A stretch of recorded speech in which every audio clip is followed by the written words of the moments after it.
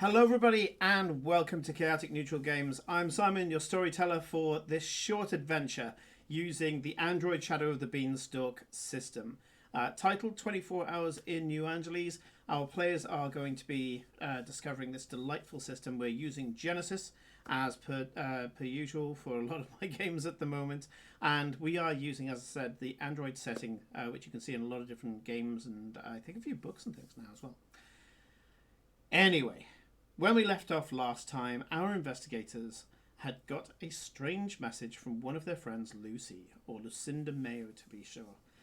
Her name is well known in the city now, as she is one of the street liaisons for Haas Bioroid. Haas Bioroid is responsible for the artificial life, as far as some people are concerned, artificial life, other people, android machinery walking around the city. Now, this is something that the players know well, as their characters have a background of living in Golem Grove, where the bioroids are actually made. And for the most part, they've got a pretty good attitude towards the bioroids. I don't think anybody's got anything particularly against them. And yes, Lucy worked for Haas Bioroid, and she contacted them in the middle of the night, a go-getter young corporate that she is, asking them to solve a murder. The camera panned out to show her with a bioroid body. Her murder. They were given an itinerary of what she did the 24 hours before her death, her believing that this was a clue to, well, at least if you're going to find a clue, it would be in the last 24 hours before she died. As chance would have it, the neural tape that she has is around about 48 hours, little more than that, before she died. So she only has lost a certain amount of memory, and says that there was nothing up to about 48 hours, little more than that, that she can think of as to why she would feel like anybody would want to kill her. So it must be in the time that she has lost. The players, of course, being given all of the different parts of the dungeon, went to two parts that weren't on the list. They went to Lucinda Mayo's apartment, and they went to the coroner's. Thankfully, I prepared for those. They found out a few different things, especially in the coroner's, where Felicia's character managed to find that the Lucinda's body, although destroyed, and now looking at it through a holographic representation of the CAT scan they gave the body before it was incinerated, had been killed by a large weapon, not a large energy rifle that the coroners had suspected, but with her extra expertise, our medic, Felicia, managed to figure out that she was killed by a large energy tool, like a plasma cutter, that can be found in the industrial areas of the city. Sure enough, she was found in one of the industrial areas of the city and found by a shift worker who found her in a dumpster where there was some contaminated waste that had already started to disfigure the body. And this is what the coroners gave the reason as to why they had to incinerate the body, because it was already starting to decompose at an alarming rate. Felicia had also found that the CAT scans seemed to be a little blurred, which doesn't usually happen. I mean, corpses aren't known for moving, and although there are stories I could tell you. But yeah, corpses aren't known for moving when they're in the CAT scan. So, I don't know, it just looked a bit weird, maybe a little bit doctored, who knows. They also found something else out. As they were looking at Lucinda's apartment, which is in the large Haas Bioroid arcology,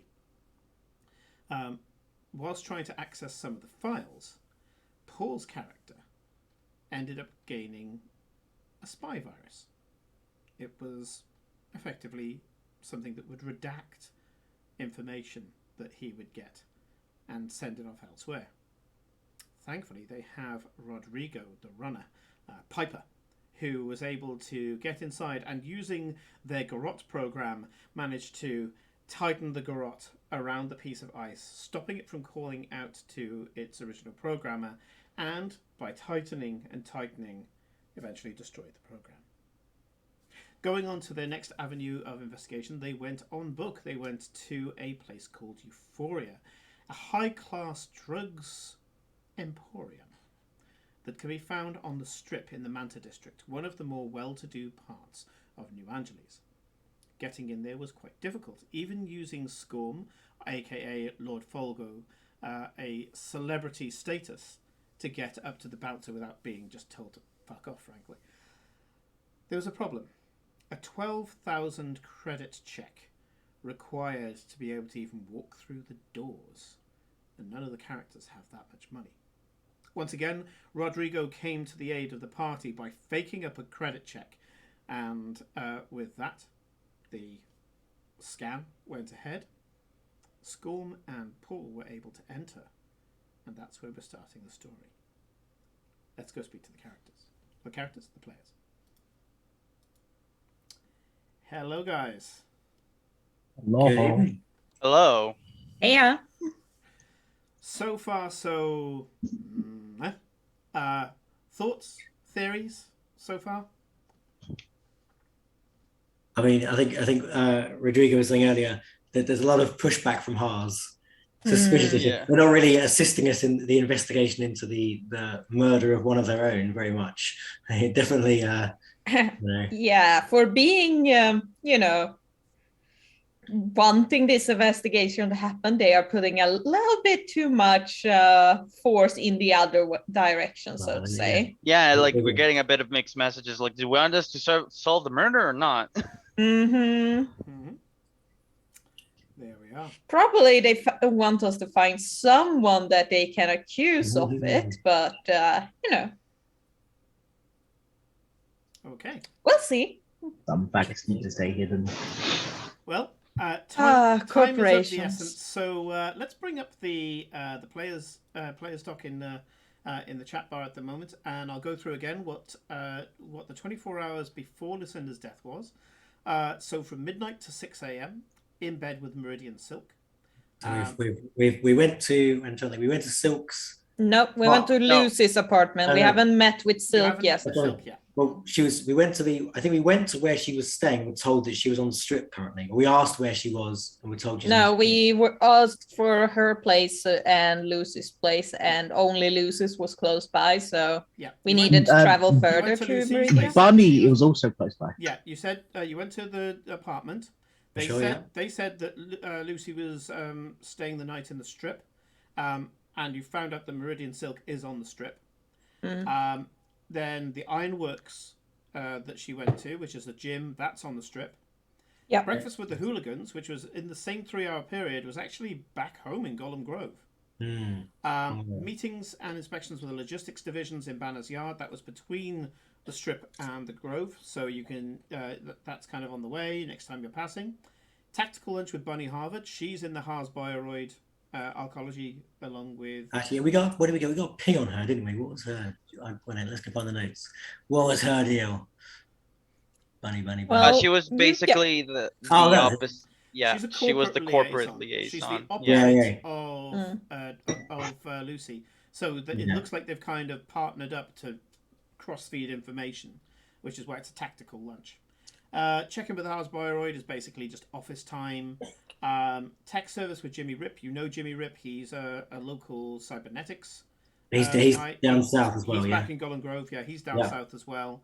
And you guys know him. You know, Felicia's worked with him. Yeah. And then pick up sweeteners at the Euphoria, which is what we're about to go into the scene with. Office time at the Atrium. You know the Atrium is on the strip, and it's one of these big kind of inspiring breakout offices where you can sit near a waterfall and near a Japanese sand garden to do your work. Then dinner for one at the Spire View. The Spire View is again in the strip, and that looks up towards the Beanstalk, hence Spire View. Formal mixer at the NBN Paragon Club, that's on the strip. And then get wrecked at the Deep Corners Club. The Deep Corners Club is back where you guys are. Okay, so we've got 3 leads down south, 1 in the middle of the city, and then everything else is kind of quite close. So I don't know. I will say travel in this city is just a moment of a point of doing it. Yeah. Right. It's not really a problem. As you can see by her, she didn't have a problem nipping down for half an hour and coming back up again. All of the transport is ridiculously fast. there's a part of me that wants to. Well, we'll get to it in character, but a part of me wants to work the local connection at some point.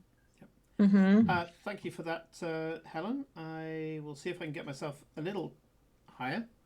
Yeah, yeah. I noticed that, but I didn't say anything because I thought it was an issue on my end because my mixer sometimes has a like Windows sometimes has this weird habit for me that it just randomly lowers things volumes. Yeah.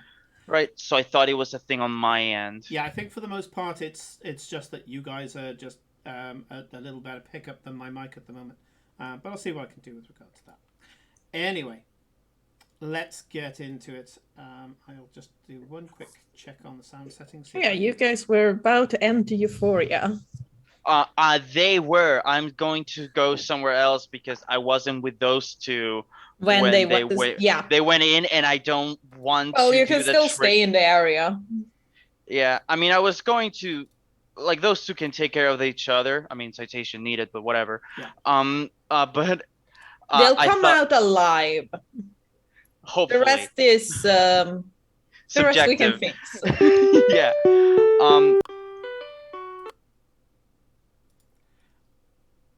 Oh, hang on a sec. I may have just screwed something up.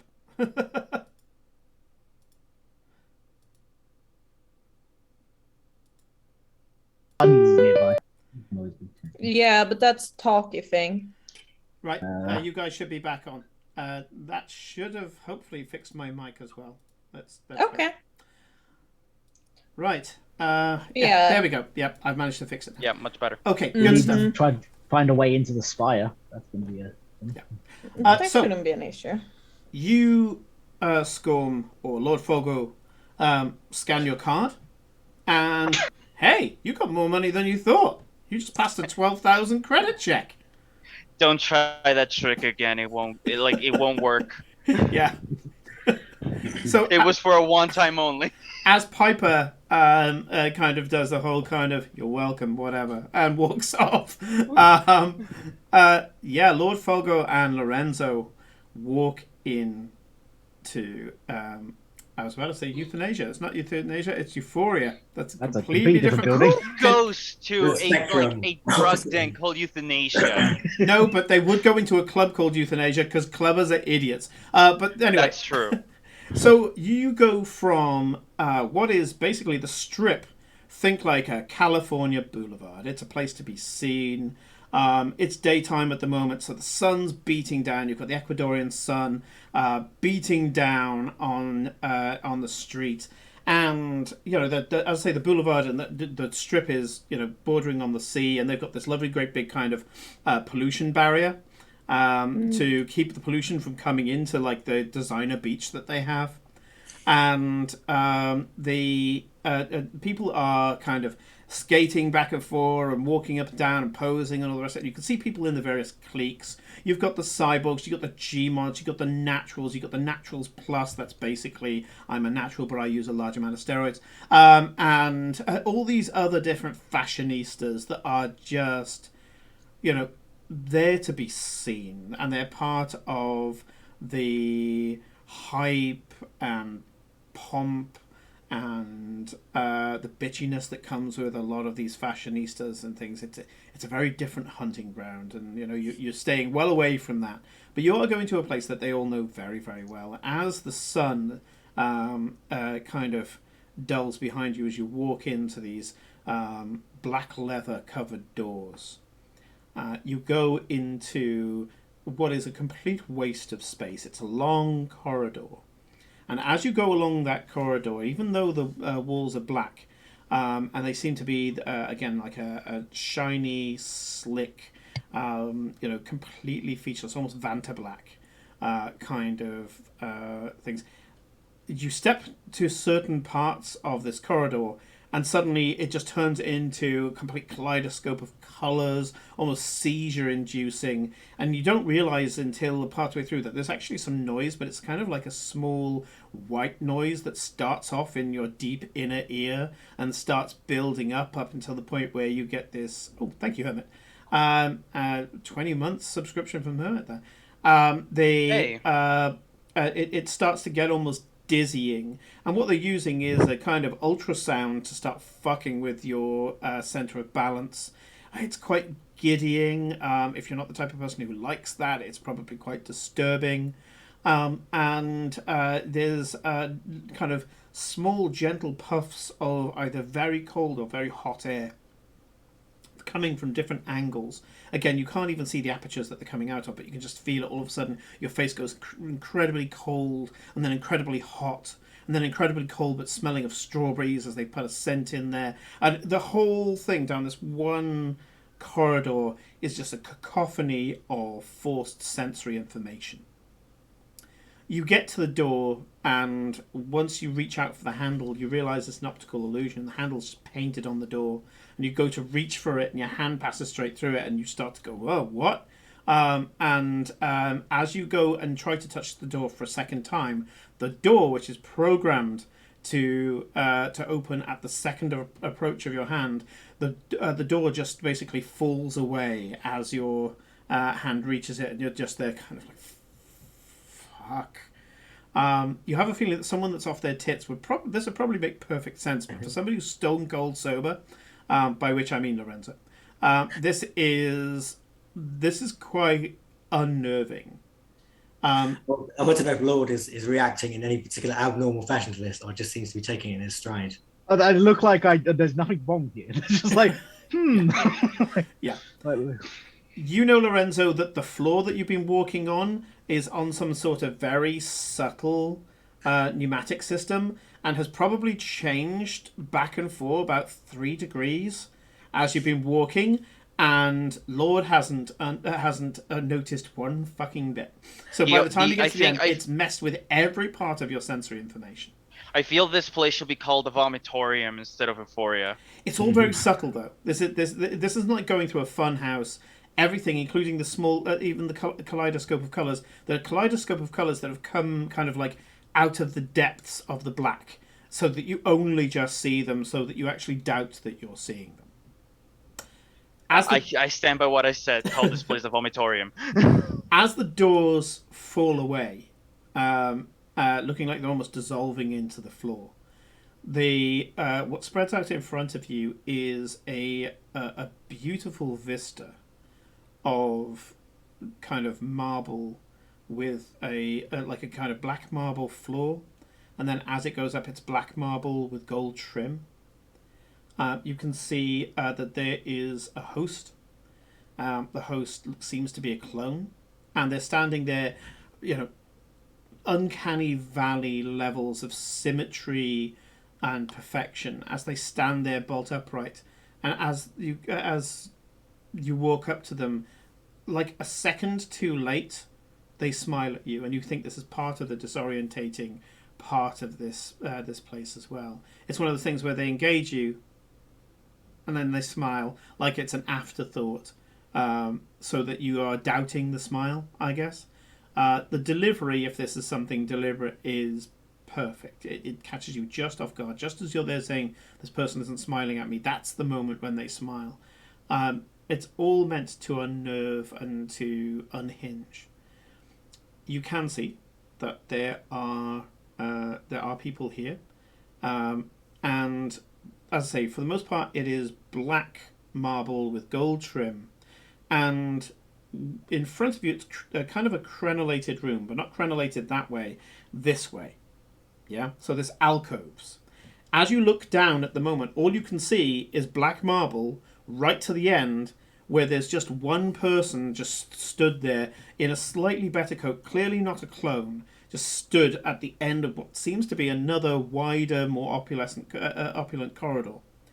But you can see there are people disappearing into the walls where there's clearly alcoves, but again, from where you're standing, it's a perfect optical illusion. All of the trim rails and all the rest of it look like one continuous line until someone walks through it and disappears.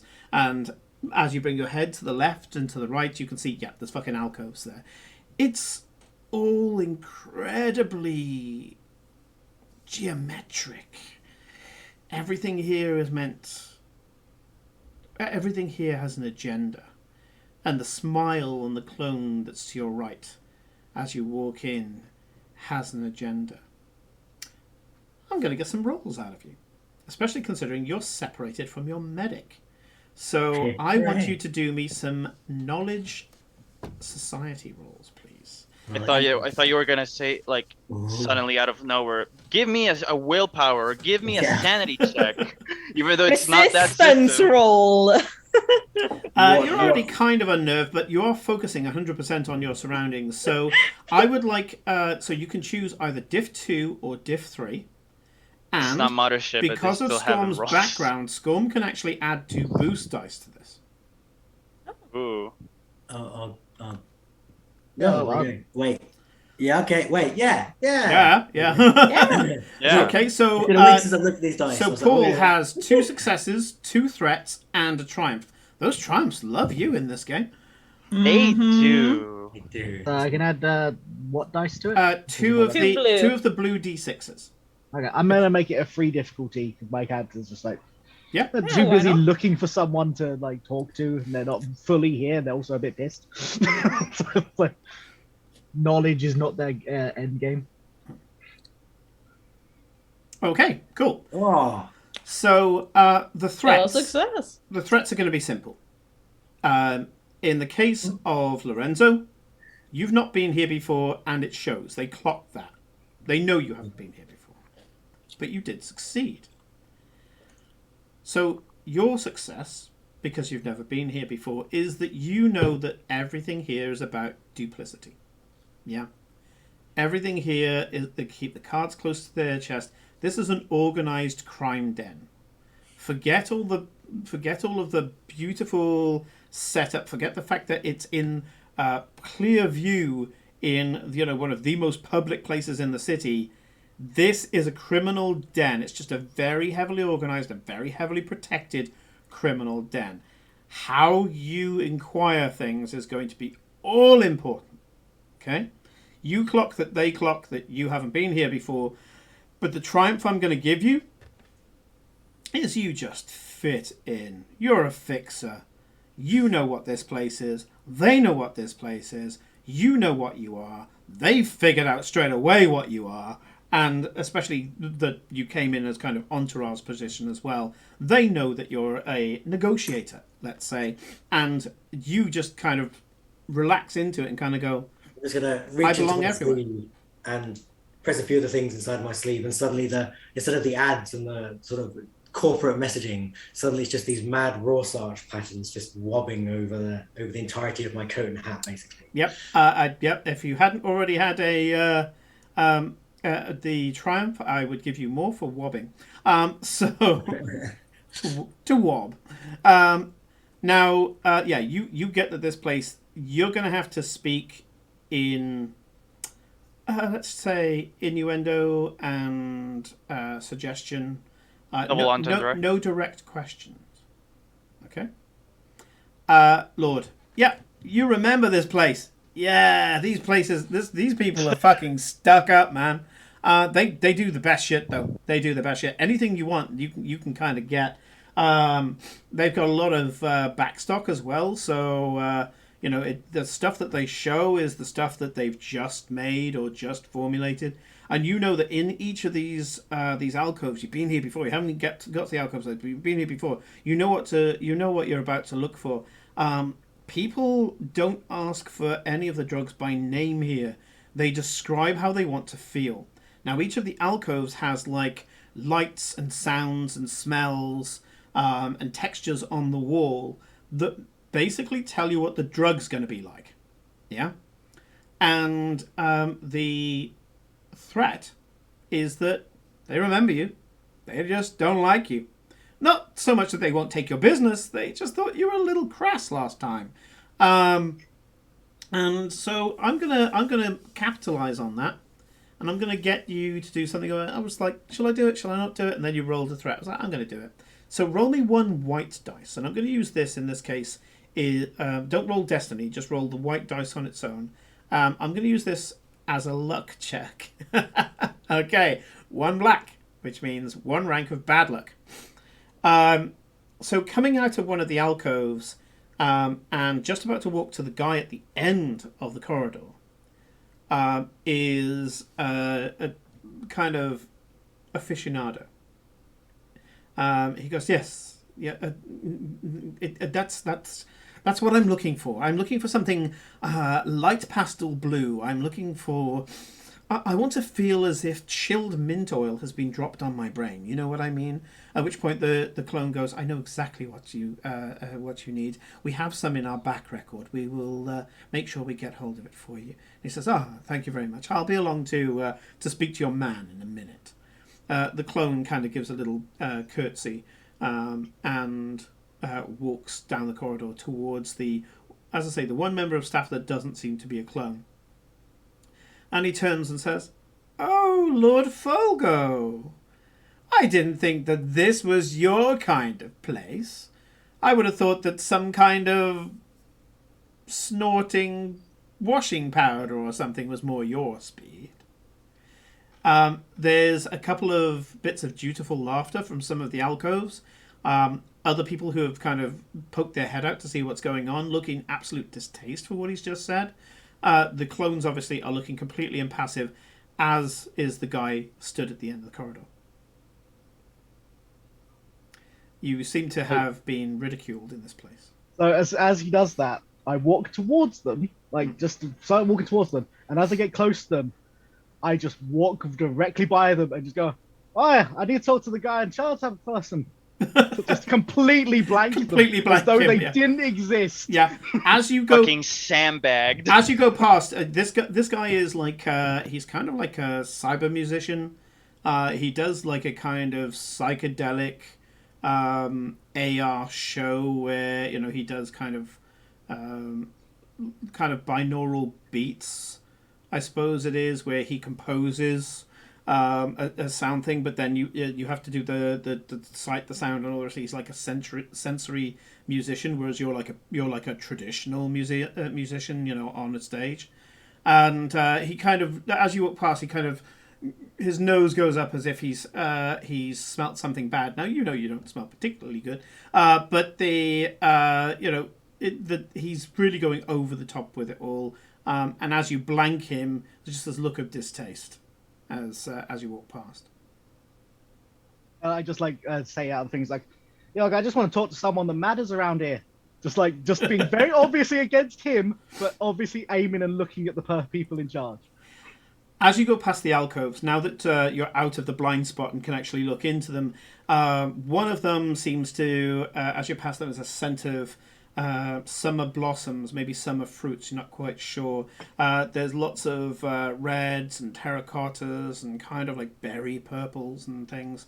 And the floor is actually wavy underneath, so if you were standing on it, you'd probably be a bit unsteady on your feet, like it's kind of like super accentuated cobblestones. The next one has got like a kind of gold spackle all over. But then there's gold spikes coming out, and like genuine like monoblade sharp spikes. And to go into the alcove, you get really close to these spikes, as in you have a feeling more than a few people have cut themselves on these things as part of the experience. And the very, very strange things.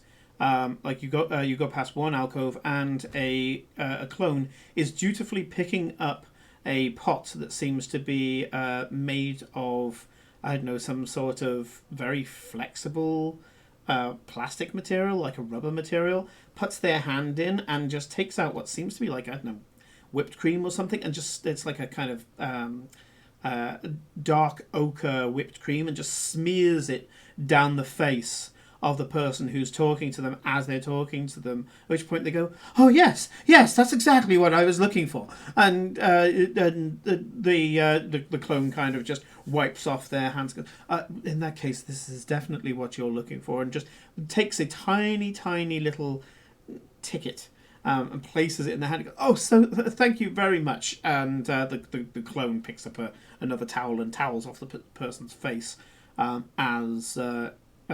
you're walking past. You do notice as they're toweling off, maybe this kind of itches or something, because they're red wherever the whipped cream was. Very, very strange way of being able to interact with a menu, and that's what it is. This entire thing is a menu. where there's no name for the drug. You don't get to see the drug. You don't even know how it's administered. And yeah, Folgo is walking past the menu just to this guy, and this guy is very, very pale skin. Considering how sunny it is outside, you have a feeling this guy almost never goes outside. He's in his late 50s, although probably a little more wrinkly, but very, very soft skin, like baby soft skin. He has absolute white hair. You would have thought him albino, but looking at the eyes, he's not. And he's just standing again, perfectly still. His hands kind of steepled, but down by his navel. And as Lord walks up to him, he says, "Yes, sir. How may I help you?" Like, all right, darling. Basically, I'm here to. I'm gonna have a meet. I'm gonna try and get up a meeting with Maria Gibbs later. We do, she knows what she does. She does about the music, the lifestyle, and all that shit.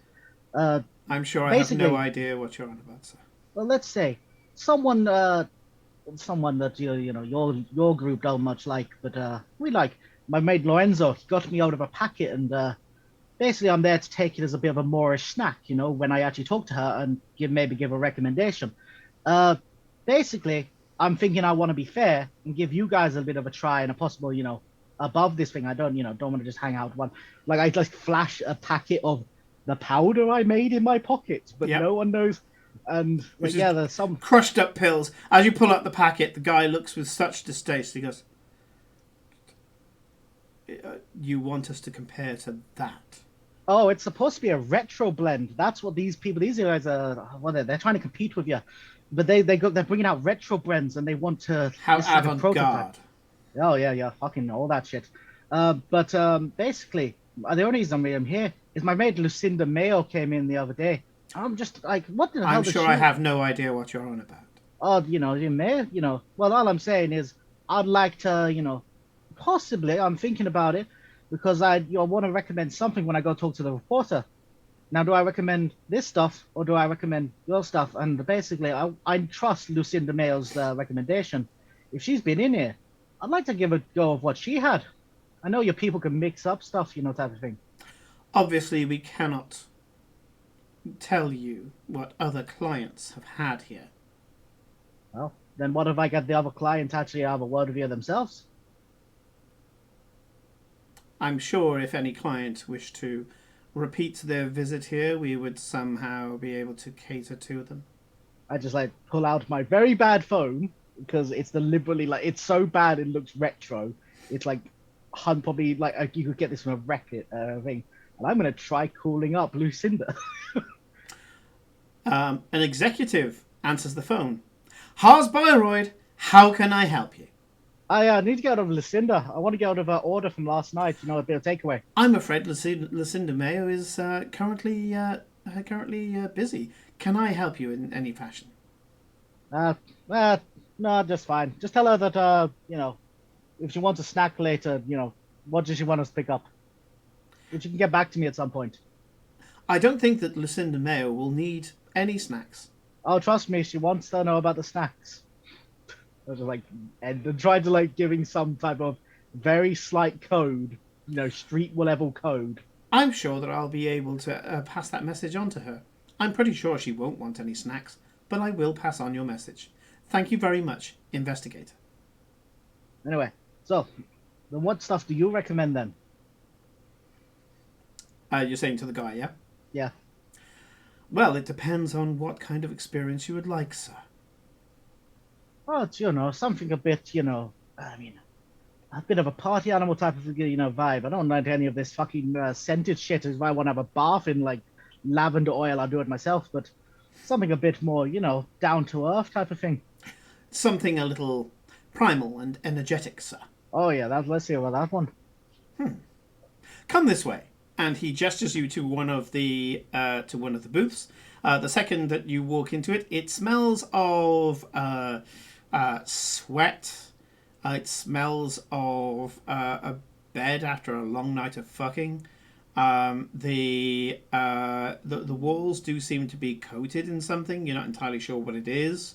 And the walls have got kind of like a the kind of like studded leather, the things, and you do notice that beneath your feet there seems to be old floorboards, and yeah, it's like yeah, it smells like a roadie's van in here.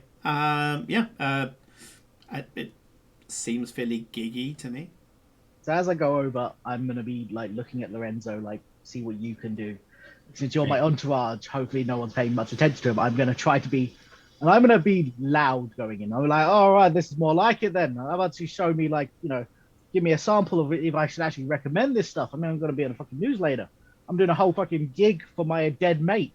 I'm just like completely talking up a bunch of bollocks. Yeah. But I like the idea that he just snorts the first, like, or drinks the first thing that he sees, and someone goes, "Sir, that was rat poison." Yeah. So you call at the this moment, rat poison.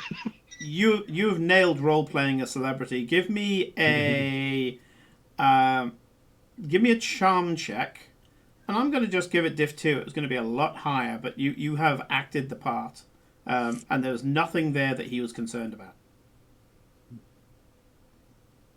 The fact that nothing there concerns him really says a lot about this setting. Right. So oh shit! Okay. You failed, but with a double triumph. So you don't succeed in what you were trying to do, but 2 really potent things happen. So yeah, this one's easy.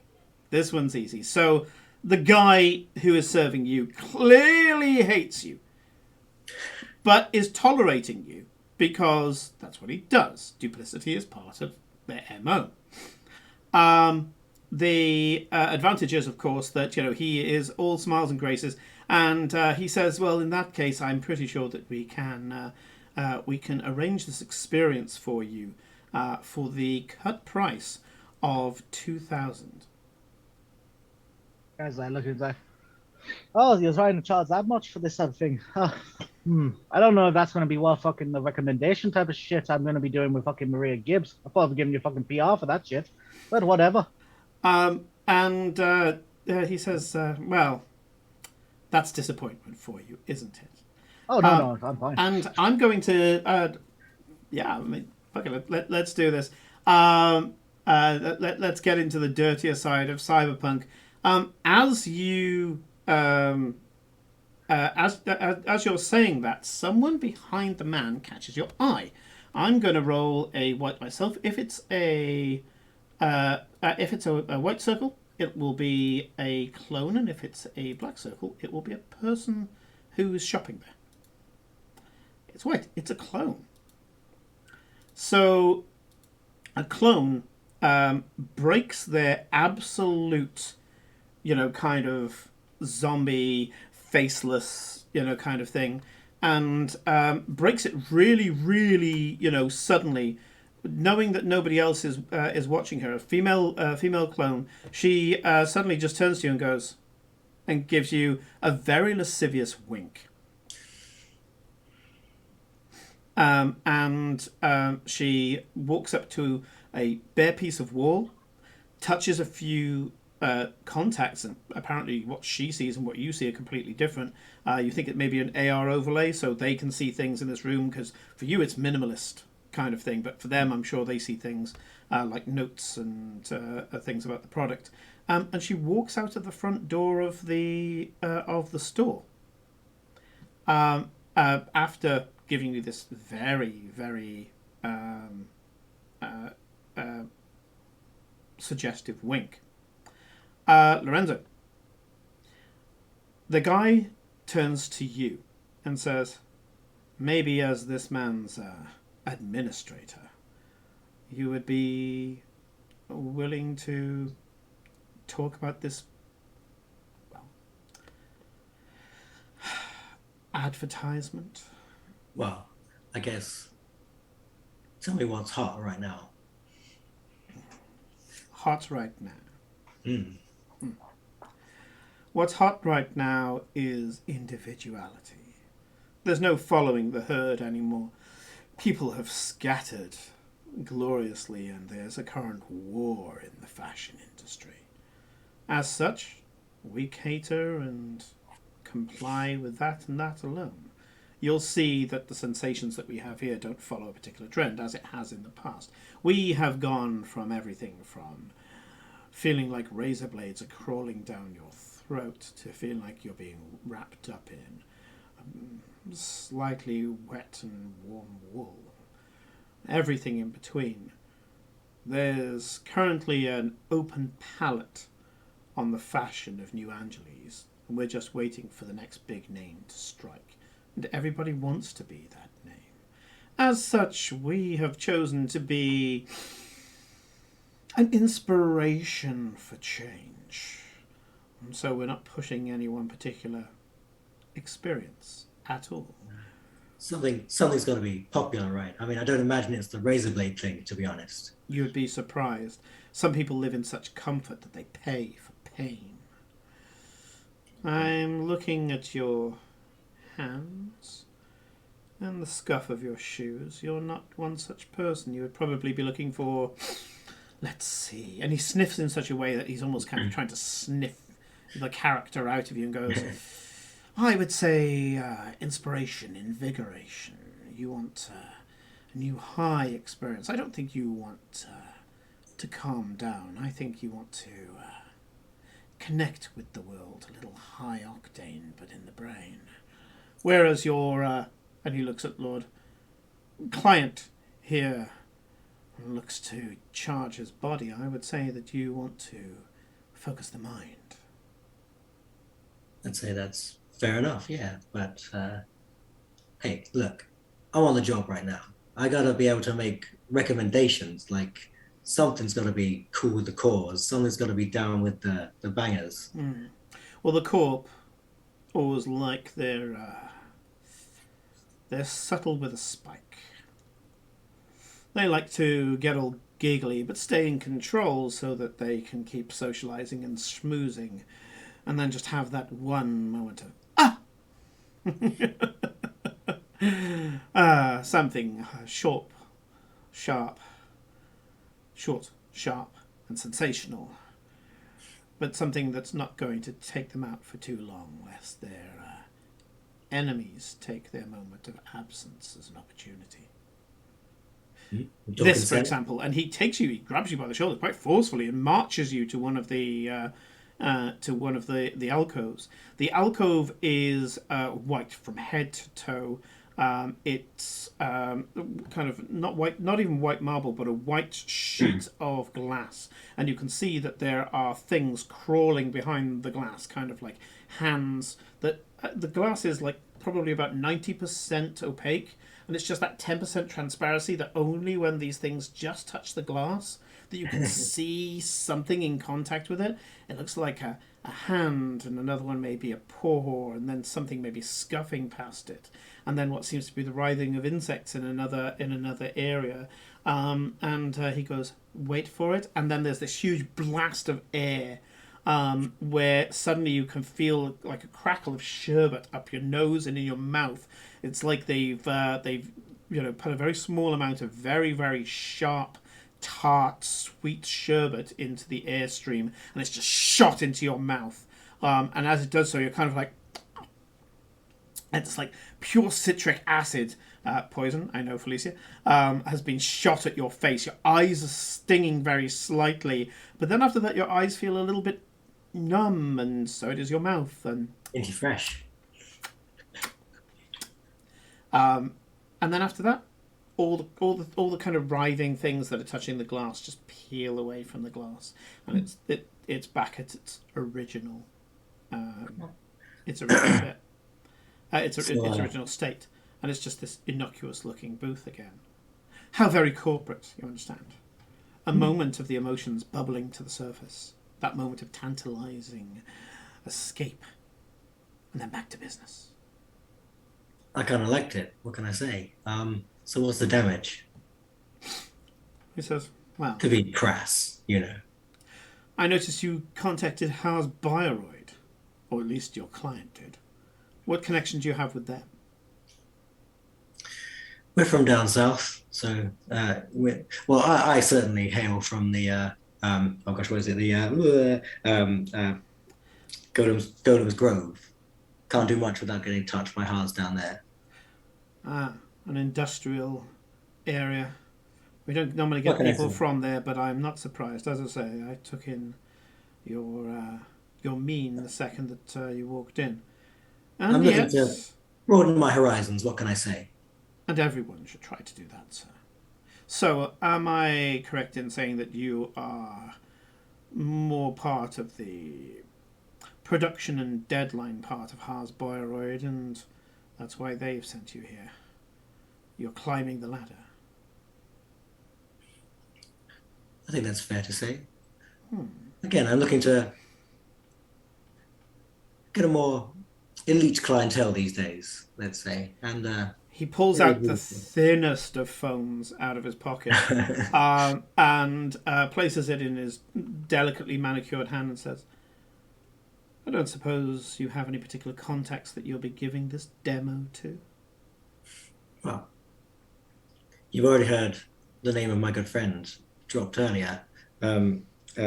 Lucinda Mayer is probably there. Someone who I'm sure you know I have never met before in my life and have no idea about. You asked for a name. What can I say? I did, and I thank you for providing it. Very well. How does... And he looks over at Scolm's character and goes, how does that know Ms. Mayo?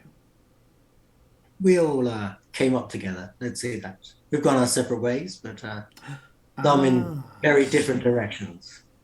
You're her down and dirty contacts. I see. I see. Hopefully not for long, but right now, for sure. You need to climb the ladder next to... I see. Well, I'll never do anything to endanger Miss Lucinda Mayo, who, as I have previously said, have never met and know nothing about. But I think what you're asking for is not going to endanger her reputation. I just know she had good taste, let's say, and so... Shh. Naughty. Naughty. Okay. I'll bite. This one needs to move faster. 1 dose. I'll give you 1 dose. Use it well, and accidentally point out where you got it from. He taps a few things on his pad, goes, well, I think you'll be leaving now. Absolutely. Thank you for your time. It's been a most enlightening conversation, and hopefully I'll visit again with more clientele in the future. And if you visit, I'm sure I will never have heard of you. Who are you again, sorry? He gives you a beaming smile and says, naughty. Naughty.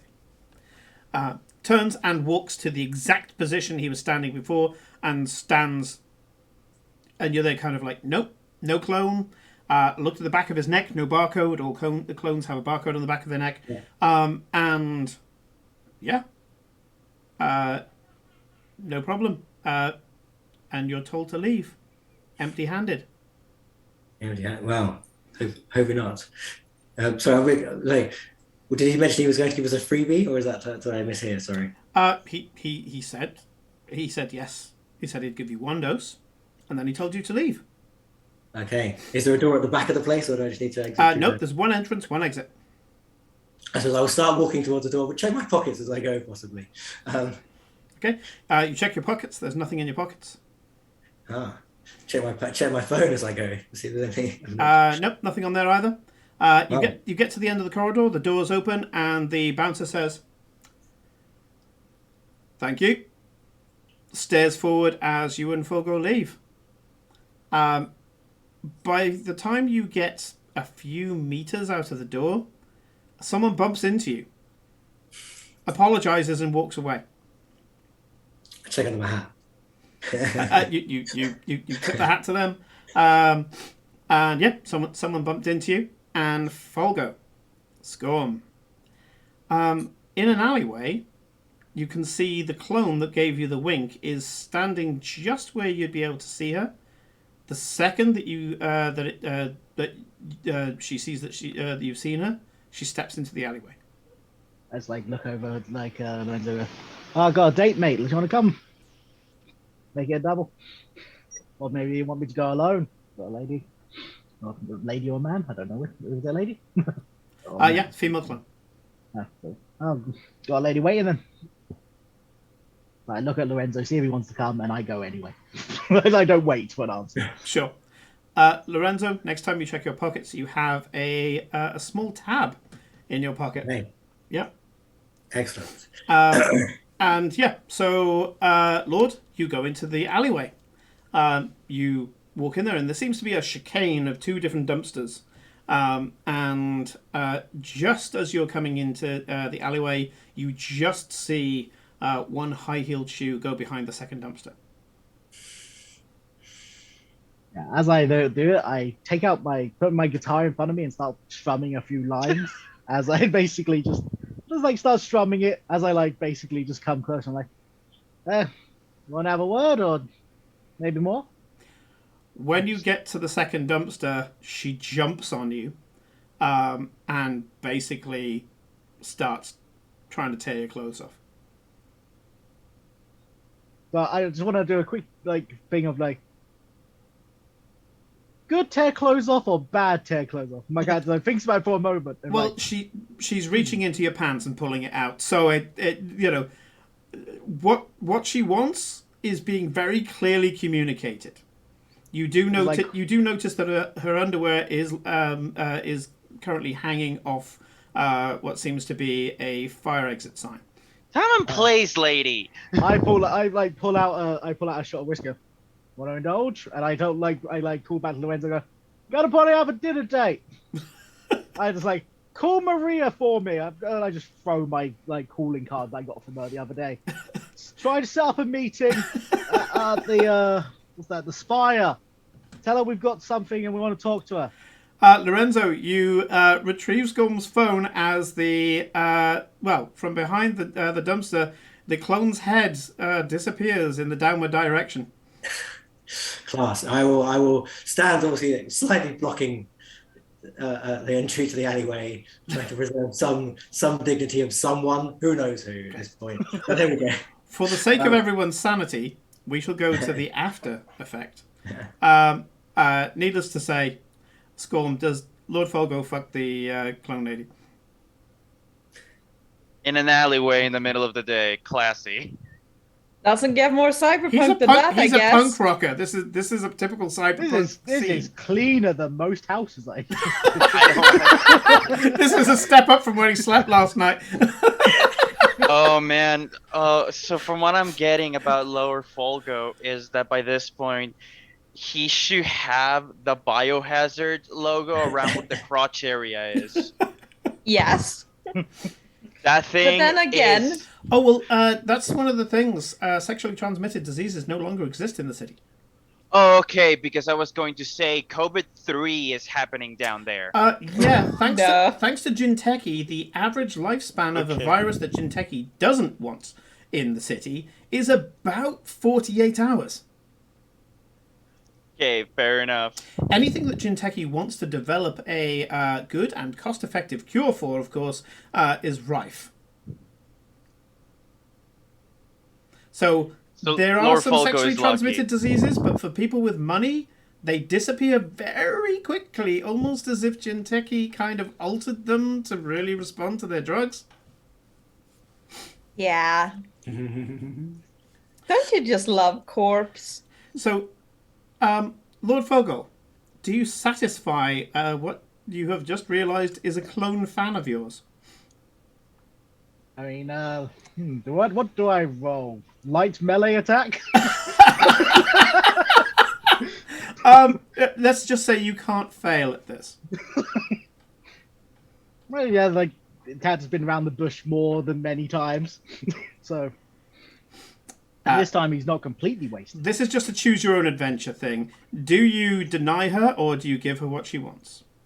Oh, yeah, you've got to give the fans what they want. That's the point. It's extra press. So, you give her your autograph, and afterwards, as she is just tidying up and all the rest of it, you do notice that out of a tiny, tiny little purse about this big, which is probably only like 4 millimeters long, she pulls out a small spike and jabs herself in the arm. As I say, people who can afford it. And she says, it was a painkiller. I mean, whatever does it for you, as long as you're good. No, what Lucy came for. Oh. She wanted a painkiller, not just any painkiller. This is used by maniacs who are into some serious, serious things. Aye. And obviously you didn't hear it from me. I didn't hear anything, did I? No. That's what she bought. She bought a really, really powerful painkiller. I mean, you know, you could have your skin peeled off when you're on this stuff and you wouldn't notice. Wow. It was in our back catalogue. It was something that was... we stopped selling it. People were doing crazy things. It was too hot even for us. But she insisted on it. Right. I mean, thanks for the info, but don't risk yourself, lady. I know. I don't want to lose a beautiful fan like you. She stands up suddenly, dropping all personality in a really eerie, uncanny valley way, and says, I'm sure I have no idea what you're talking about, sir. Yep, have a good one. She walks off back to Euphoria like every other clone you've ever seen. Completely sterile, no emotion, no character. You know that some clones do this. They stay according to their clone conditioning whilst developing a personality under the surface. You have also noticed that her knickers are still swinging from the fire exit sign. Oh, I take them. I just jump up and take them. Trophy. She comes out of the alleyway, and to Lorenzo, to Piper, if Piper's still there, absolutely nothing. She walks back in past the bouncer. Bouncer lets her in, and she carries on her day as normal. As a good little clone, not making trouble for anybody. Yeah, they definitely want to rebel under the surface. Yeah. If you've ever played the Android board game, that's basically the story of, I'm a good little clone, honest, but I have a personality. I'm a good little clone. And you now have the information that Lucinda got hold of painkillers. Real hardcore ones of that. Okay. Yeah. The double triumph had to be the most fangirl of fangirls. Has just noticed who walked into the store. I say you have a small, very cult following. I just come out to Lorenzo. Emphasis on the cult, apparently. Sorry about took a while to tie my shoes because I were in front of the person in front of the door, and so I'm just being very polite about it. Like, did you manage to get hold of Maria for me? Sure. Whilst this is yes, I would have been on the phone talking to Maria and trying to reschedule for a later date, especially because now I'm indebted to get some airtime for Euphoria. Maria Gibbs sends back more an email than anything else, asking what story you have for her. I just basically say, tell her that my friend has died, and we want to put on I'm gonna want to put on a gig in her honor. Basically, in what's the place's name? The palace place, whatever it's called. Let me just find what the name of it is. In the Paragon Club. I want to do it fucking stark naked. Okay. While taking a shot of something that Euphoria just gave us, I'm going to give him a nice little shout out on stage. How about that? Maria does suddenly call Lorenzo and goes, you do realise he has no clearance for that, and the Paragon Club are probably going to be pissed off with him, right? That's the point. Oh, I'm glad. I'm just making sure that we're clear on what the story is going to be here. I could probably work with that. That's like, do you think you can meet us up at the Spire View and have a little like a word about what we're going to do beforehand? Are you paying? No, but I want to see if House Bioroid will. She laughs and goes, "You're in bed with House Byroid?" Oh, I've been in bed with a couple of people today. I don't doubt it. Rocker boys. Very well. The Spire View, and either way, I'm not paying. Oh, well, now let's get hold of House Bioroid and tell them it's important. Tag me as to when I should be there. Yeah. Click, and Maria switches off. You just offered her lunch at the fucking Spire View. It's expensive. She's like, yep, no problem. I'll go there. I'll be seen there. Okay, so, Piper, you left her a little while back. Where did you go? Good question. So, how long was that whole thing, them going into Euphoria and coming out? Going into Euphoria probably took less than 10 minutes. The rest of the stuff in the alleyway, a lot shorter than Fulgo will ever tell you. Anyways. I mean, I managed to make a phone call, but, what was the other closest thing in in the itinerary? Because I remember that's not arcology related. Okay, other things that are on the strip: the Ironworks, the atrium, which is the kind of like really kind of plush office space where one may go and meditate. Then the Spy View itself, and the MBN Paragon Club. No. I want the nerd to go to the gym. So remind me the order of things again. Sorry. It was waking up with, Waking up with Meridian Silk until 6 a.m. 6 till 9 was gym at the Ironworks and then breakfast with the hooligans. 9 till 12 was meetings and inspections at Banner's Yard, which does mean going out of the Manta District. Then tactical lunch with Bunny Harvard, which was in a restaurant in the Arcology. Check-in with House Bioroid. Tech service with Jimmy Rip. Then pick up sweetness at the Euphoria, which they've done now. Office time at the Atrium. Dinner for one at the Spire View. Formal mixer at the Paragon Club. Then get wrecked at the Deep Corners Club. Naughty out of character suggestion though is if you and Bunny want to go see Jimmy Rib, that might be good because he's probably up both alleys. I'm assuming that while all of this was happening, Bunny was doing Dr. Bunny was doing the whole autopsy. She was doing the autopsy. She's just catching up with the others at the Euphoria now because that's they're just catching us with us. Okay. But you can tag each other with the geolocation. So if it's just a case of I catch up with this person here, then you can do that. All right. What's a place that you think wouldn't have too many people and will have a few computers? The Atrium, without exception. Yeah. All right, that's where I'm going then. The Atrium is basically a lot of places that says this isn't an office, whilst basically being a hot office. Mm-hmm. Right, so yeah, I'm gonna try retracing Lucy's steps through the Atrium, if that makes any sense. Okay. You walk into the foyer of the Atrium. You can always try to hack their cameras. Check actually, the timestamps. Yeah, that's the thing. Piper was gonna do a cursory, just walk through the Atrium, see what they can just find on the cursory glance, and then decide what you want to do. Yeah. Cool. Let me give you the rubdown now. So the Atrium is a beautiful workspace. When you walk into the Atrium of this place, it doesn't have any reception or anything like that. Again, you've got hosts, but these ones aren't Boyoroids. These are actual human hosts that walk up to you. Naturals, for the most part. You do see a subtle Gmod, but the natural walks up to you and says, do you need some time? You could say that, yes. We all need a little time. We're happy to provide for you here. How long will you need? You think you need no more than half an hour? Yeah. Probably half an hour. Not much. Of course, I believe that you're a new person here.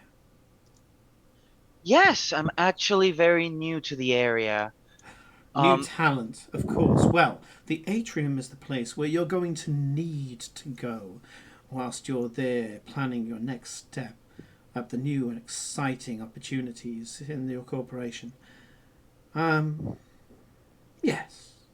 Yes. I think that we can give you an introductory offer. Your first half an hour here for 10 credits. Of course. I am going to bullshit the 10 credits. It's gonna be basically I'm gonna do the digital like equivalent of the coin on a string trick. Yeah. Right, because technically I don't have credits right now, so it's just gonna be like, yeah, here are the 10 credits, and then when I leave, I'm just gonna pull those 10 credits back. Sure. So you give an unvalidated credit check, and it goes, they pull up a pad from what is a very relaxed. It's not even a business suit. It's very relaxed kind of business loungewear.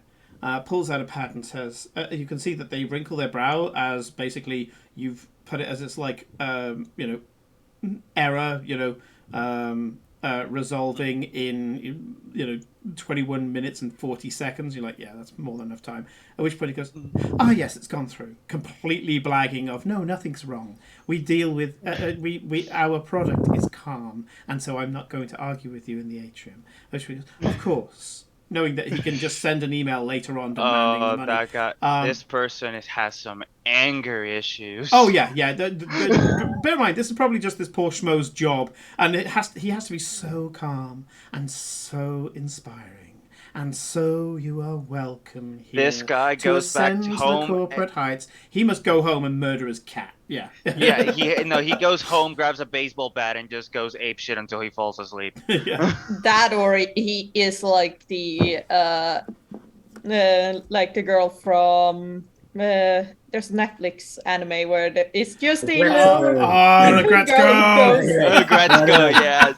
Sing heavy metal karaoke to relieve this guy's a office Slipknot work fan. stress. Yeah, for sure. this guy's go. There has to be a karaoke where there's just random shit you can break as you're singing. Those are things in real life, actually. I'm sure they are. I'm sure there's an Agretzko.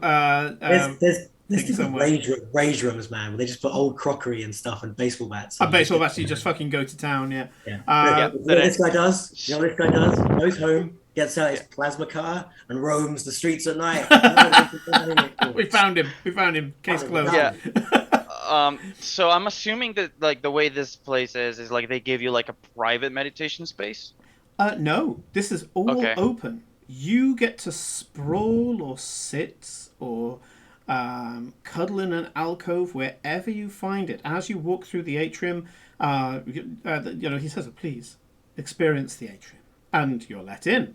As you're walking around, you can see that people are in all sorts of different positions and states. You walk past one point. It's mostly got like a slate and stone kind of motif, which is then broken up by lush greenery and water features. Right down the middle of the atrium, there's this beautiful long waterfall, which gives this lovely kind of white noise susurrus, this crackle of the water, which is the kind of sound that just emanates from here. And it echoes off the walls until in certain places it's just a shh.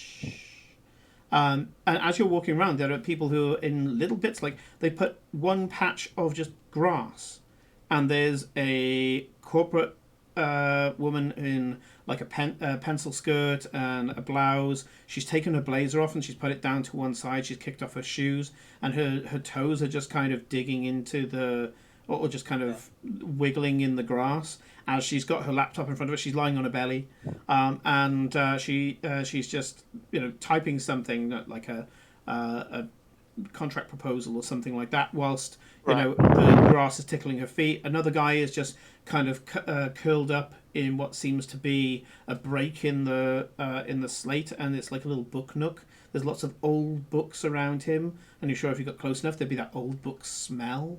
Ooh, nice. And lots of these places are just tiny little micro experiences to somehow restore your humanity. Okay, what Piper's going to do then is that they are going to pretend that they're taking a pleasant, relaxing stroll, right? Yeah. just walking around, that thing just pacing around, you know, to You're clear out the new. You mind. need to look around to find the right Yeah, spot. but what Piper's actually doing is like, okay, a place as big as this that it focuses, that is so minded towards the corporate lifestyle, there has to be like an access port somewhere where they're monitoring everything, right? There has to be like a panel on a wall or on a fake tree or on the floor that I can just jack into, right? So they're just going to pretend that they're strolling and walking and relaxing, but they're actually just looking for that access. Yeah, give me a. This isn't going to be particularly hard. Give me a computer's diff 2. Okay. Yeah. Give me a moment. It's as with all spaces like this, they try to hide it so carefully. But, question: do computers, regular computers, hacking? I don't like computers hacking. I mean, trying to find a port in a nice tucked away area where you can jack in says hacking to me right through like a stick of rock. Spoof a Wi-Fi hotspot, steal someone's connection. You know. Yeah. You have been given Wi-Fi access by the way, because you paid. Oh, I am going to abuse the shit out of it. You have got Wi-Fi access because that's the point. Is that you don't necessarily have to jack in. You now have access to all of their data, so you've got like the best internet connection available in the city right now. Okay, so diff 2, right? Yeah, diff 2. Yeah. Okay. You find it, and with the advantage, you get a bonus to any stealth check you might need to make in the future. All right. Okay. Might. Okay, so I find a corner that just so happens by coincidence to have, one of those tiny plates you can open that has like a bunch of USB ports and the like. Yeah, you find that there's some throw cushions just thrown about the place. You grab a few of them and just make a little nest, and the little nest just happens to sandwich either side of this plate. Open it up, jack in. So like Piper's just gonna lay back. They're gonna put the shades down as in like to keep the light out, to really meditate. Exactly, to reach that that state. But subtly they're going to pry open the plate, put the USB in, and the glasses are already there. Smart specs, so they're just going to look like they're stimming to the side. To the side of your leg, you're just stimming. Okay, and to do the hacker phrase, you're in. You know that places like this don't tend to have much in the way of barriers. They don't really need to. They don't keep any major data. The only kind of barriers that are expected are in other people's pads. So if you were to try to hack somebody else's pad from here, you'd probably be trying to hack their barriers. Typically, what you'll have around here is code gates, because they don't just want any bitch just to walk in and use their Wi-Fi. So, you when you walk up to the first code gate, you notice that it's the one you paid for, and you just like pull out like a data stream and throw it at the code gate, and the code gate just open sesame opens up for you. You find a wide vista in front of you, and a lot of it is very familiar, so you can see that there are ports going off to other people's pads. If you were to try to hack somebody else here, you'd be going down there. That's where the majority of the security is. Yeah? Right. That's where the majority of it is live hacking other people.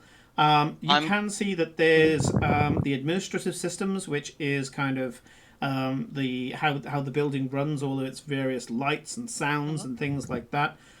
You do also see that there is like the buffer between you and between the atrium and the rest of the internet, and that'll have like kind of, I guess, IP codes, history files, things like that in there. What would you like to do? Right. So I'm going to head towards the port that has all the administration stuff, because I want to start digging through their client records. Who has been here? What did they do? That sort of thing. Again, it's so obvious this place is also like a data farming kind of stuff. So, right, they're gonna go for the records first things foremost. So right, and afterwards, former customers is what you're looking at. Yeah. So like, I want to look for Lucy's records. What did she do? How long did you stay here? Right. Any interactions of note, that sort of thing. Yeah. Right. web like her history. What web pages did she access while she was using the atrium's Wi-Fi? Yep. Right. That's step number 1. Okay. Yeah. So I want you to. Where is it? Yeah. So you need to break the code gate that's in front of there, and this one you don't have the key for, because obviously this is the admin section. Question. I don't know if it works the same way, because my knowledge of these programs comes from the card game Netrunner, not the board game or the RPG. Yeah. So would Gordian Blade help out here? Yep. So you've got 2 Awesome. icebreakers. You've got Garrote, which works against sentries, and you've got Gordian Blade, which works against code gates. What you don't have is a barrier breaker. So barrier breaker is the loud and proud, I'm not even going to bother trying to find an access port. I'm just going to go in through the internet and beat the shit out of your front door. So I'm going to use Gordian Blade. So Gordian Blade is where you've done a little bit of subtlety here. And you don't need to worry about external barriers. If you were to try to get into somebody else's pad, that would be the time when you need battering ram or something like that. But for this, code gate is definitely the one you're looking for. So yeah, break ice is a diff 2 computers check, and I don't think there's anything extra. Nope, go for it. Okay, there we go. 2 successes and an advantage. Absolutely. So what's the strength on Gordian Blade? Good question. I don't know. I think I've got it here. Was it break ice, code ice? Yeah, sorry. I didn't know what things. Gordian Blade has an override strength of 3. You got 2 successes. That brings it up to 5. Yeah, if you had got a second advantage, Gordian Blade would have gone up to 4 for the rest of the for the next time you use it. You slip the Gordian Blade in, and the sword suddenly the blade suddenly starts to change and has crenellations like a key, and you yank it out, and the code gate disappears. You have a feeling that this code gate, if you had failed, would have given you strain. Okay. Yeah, it was a little aggressive. It wasn't super aggressive, but it was a little bit aggressive. You're walking around now in a bunch of administrative records. You can, at this point, it would be an access system role, but you would be able to do things like switch the waterfall off, for example. You would be able to do other different bits and pieces. But at the moment, you seem to be doing pretty well. So, I would say you're looking at records, right? Yeah, I'm gonna go straight for Lucy's, and I just want to pull out everything that she did here. Okay. And obviously then copy it up to my pad. This is another hacking check, and the diff here is 3. There's a lot of people who've used the atrium, but you know the time and all the rest of it, so go for it. Okay, look at that. Absolutely, yeah. I mean, this is what you're made for. So, you filter straight through, and you actually find she was here when she said she was. So you've got it down as she was here between 4 and 8 o'clock p.m. that day. So you know she made it as far as here. Bear in mind, that was her itinerary. That doesn't mean she got here. So you confirm that that between the hours of 4 p.m. and 8 p.m. she was here at the atrium. Yeah. With the advantage, it means I can't do anything nasty to you. And with the triumph, you actually get her history file code. That's not to say you've got the history files. You have to go into a different code gate for that. But you've actually found something that will be able to reconstruct. That's basically if she was to contact them and say, "Hey, I need to back up some data from something I did in the atrium," they would go, "Oh, well, let's see what we have," and she'd be able to access the file. You've basically got that. It's like a trace. Awesome. In Netrunner terms, you've tagged her. Okay. I apologize, Lucy, but you did hire me for this, so that's on you. Yeah. Anything you would like to do in the administrative section before going to the cacophony of the history files? Cameras are also checked through here, or is it that another place? Yeah, cameras are here. Okay, then I want to pull up the camera feeds for when Lucy was here. Ordinarily, this would be another Diff 3 roll, but because of the triumph that you had before, you've now got the access, and you just go, well, yeah, let's pull it up. Yet you can see that Lucy is actually sat at one of the few structures in the atrium that looks like a table and chairs. She's sat on the edge of a pond that's part of the many water features along the land. I mean, this is like the size of the gherkin. It's huge. And she's got there's like a ledge next to her. She's placed her pad on there, and you can see perception check. Perception. Just a flat one. I mean, you've got like full CCTV footage, and you can wind it back, so there's no diff. I just want to see how well you do. Give me a moment. I just need to find it in the character sheet. There we go. Okay. Because you can technically fail on a diff 0 because you need one success to succeed.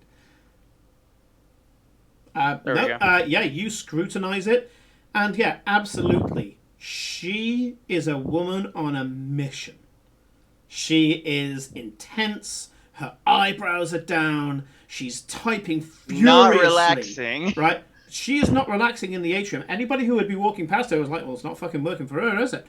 She is just mashing out, working flat out right now. And she's doing it aggressively. You know how when somebody sends a particularly snarky email, they kind of hit the enter button really hard, like they fucking hate it, like it killed their dog or something. Yeah, she does that. Whatever she just sent, and she's sending lots of things this way as you watch through the footage. Everything she sends as if she's trying to punch someone through the internet. Cool. Well, that's something to bring up to Lucy. But now, let's put the pieces together. But before that, I think it's time for a break. I just noticed the time. It is. It's 12:30. So, we will take a quick 10-minute break, and when we get back, we will have Rodrigo jumping into the history files. See you there. Oh, that's the scary bit, going to someone's history. Oh, yeah. Erase my internet history. I'm already in. That's the sort of thing that, like, depending on like whose history you go into, will like cause you real life sanity damage. Never go into Folgo's history. Anyway, we'll be right back. A quick 10-minute break. I think.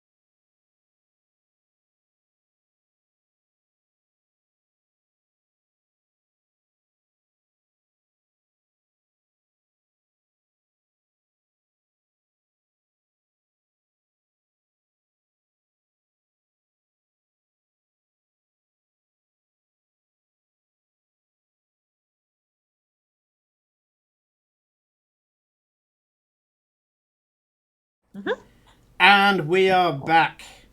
Yes. So, when we left off, Rodrigo, aka Piper, the Netrunner, is pulling out violating my friend's privacy. I mean, she's kind of dead, so you know, she's kind of hard. She's yes kind of and hardware no. now. It's an existential thing, you know. Yeah. So, Yeah. I'm not getting paid for pondering on those things, so I'm just gonna rummage. Yep. So yes, you got with your Triumph before. You've got what is effectively an ID key, a tag, on your dear Lucinda, and she you've managed to track what she was doing and how she behaved. You can now step out of the admin, and if you want, have a run at the next subsidiary data fort for those who play Netrunner, which is the history files. Yeah. Okay. I want to see what she was up to. So I'm going to imagine it's going to be the same role as before. Computers, diff 3. So it's going to be diff 2 to break the ice. Again, it's another code gate. So you pull out your Gordian blade. Your avatar pulls out this shimmering sword that once severed the Gordian knot, which is why it's named. If you didn't know that. So let's have a look at the code gates that this is on. Let's see. It is. Oof. Okay. Okay. That's Ooh. not good. Let's see. You know, Nothing with A porn, question. but as far as I can see. this is the yeah. Sorry. No, I was just going to ask. Have we agreed on the rule about re-rolling using strain? I'm gonna say rerolls. I'm gonna say rerolls only using the story points. Let's go with that. As much as I like the idea of burning through your strain, the story point seems to be more suitable. I probably revise that again for the next adventure I'm going to do, because strain's really going to be a problem in the next one. You're a human, so you can do ready for anything to give yourself a story point and then flip it, right? Oh, you do have a free story point. I forgot. Thank you for the reminder. I'll use the free story point and Okay, so don't re-roll. flip anything. The status quo is maintained as you get yourself a story point and then flip it. Re-roll. That's much better. Much better. Okay. There's a moment you realise that this is actually stronger than the other Kogates that you've been in. This is a Victor, and it's a sophisticated Guardian program that is that's actually concerning. Yeah, I was going to say. It can make you suffer a large amount of strain in the wrong situation. As soon as you recognize Victor, you start turning the blade into like a kind of like a scissor katana, as the blade splits into 3 different sections, and you start jamming it into all of Victor's parts as the lock starts to come out and try to engulf you. But you do it with what was it before? I think Gordian is 3 plus with a 7, you absolutely smash it. By the way, your Gordian blade now is strength 4 for the next time you use it, because you've got 2 advantages. Nice. So that as you pull out the blade is now shining with this beautifully cruel edge. Neat. Victor falls apart in front of you, and you walk in. Okay, again, just straight up going to do like a quick index search to look out for Lucy, and then I want to see what was she doing, her Google searches, and most importantly, who was she writing a strongly worded email to? Okay. Your previous tag has lowered the diff, so give me a 3. This would have been a lot higher because of the cacophony. 3. This is the history files of everyone who's been here. Trying to pull out Lucy specifically would have been a diff 5, but because now you've got her tag, it's a diff 3. There we go. Okay. So it's arduous. You just about succeed. Now, with the advantages, I will give you that there was a sentry hiding in the data. You stay there.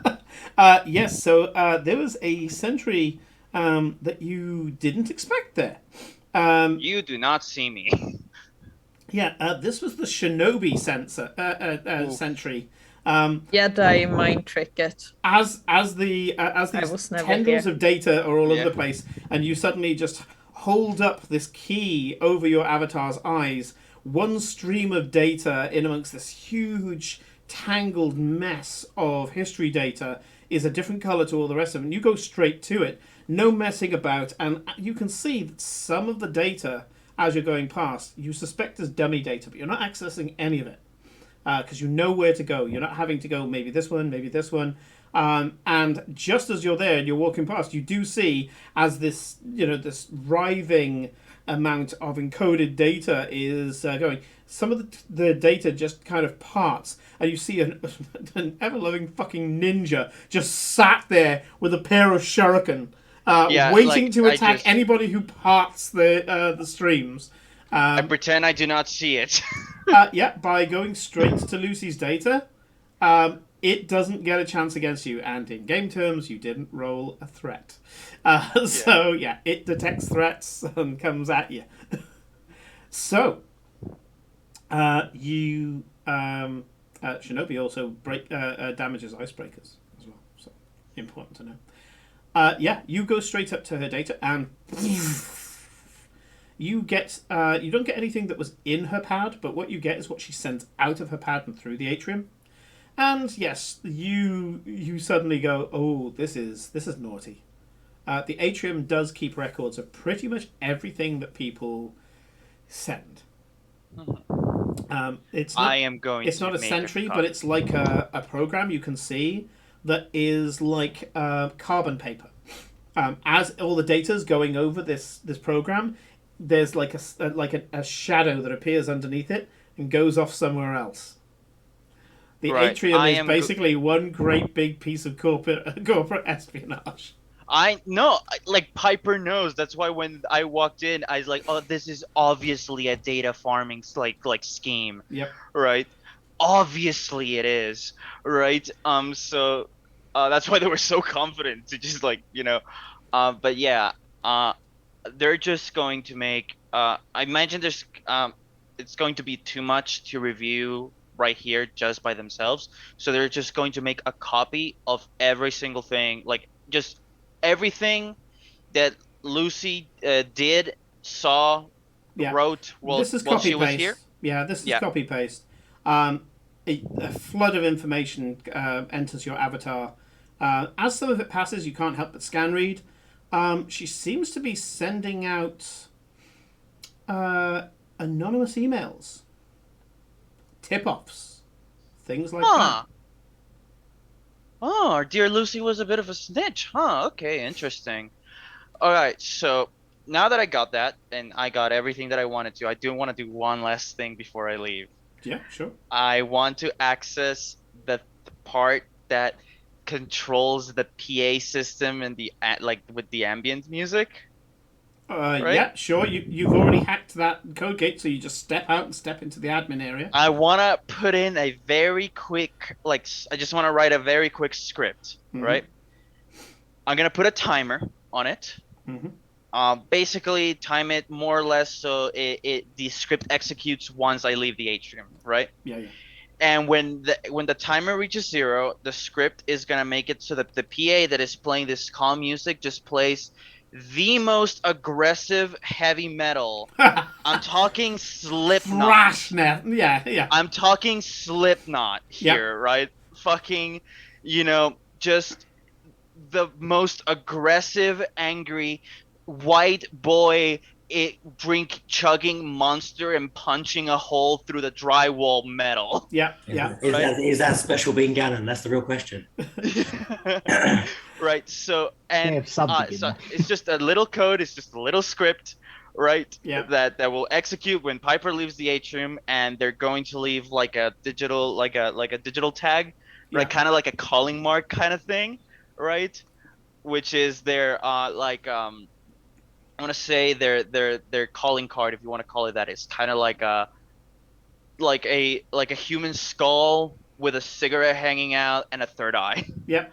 Right. So with a very quick name generator, Nerve Jack is the name of the band you're about to play, and it's from their latest album, Electrogenital Torture. Yeah. Yeah. Okay. Yeah, okay. Yeah. So yeah. You I just have all these put it- people ASMRing out. They're gonna fucking freak. right. And timer.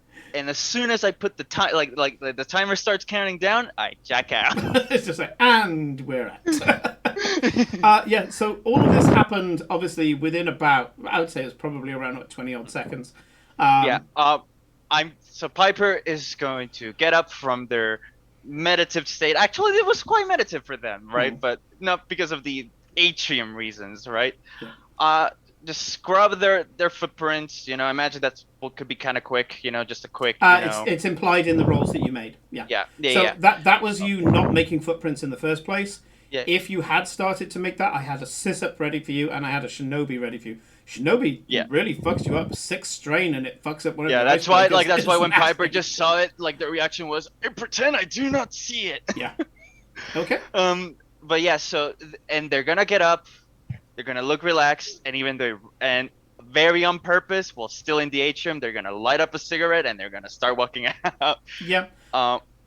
Because you're walking out, they don't comment on the cigarette. And yeah, as you walk out, they're just kind of like, oh, never mind. Yeah. And I'm gonna say that you get to like the corner of the block when all of a sudden you just hear at volume 11 because you programmed in 11 because why not. I'm talking blowing the fucking speakers volume. The windows are undulating on this large organic structure as Nerve Jack starts to scream like someone being tortured at the start of one of their opening acts. And I'm just gonna go back to Euphoria because I imagine by this point these 2 chuckle fucks have already come out, so they're just Piper's just gonna meet up with them.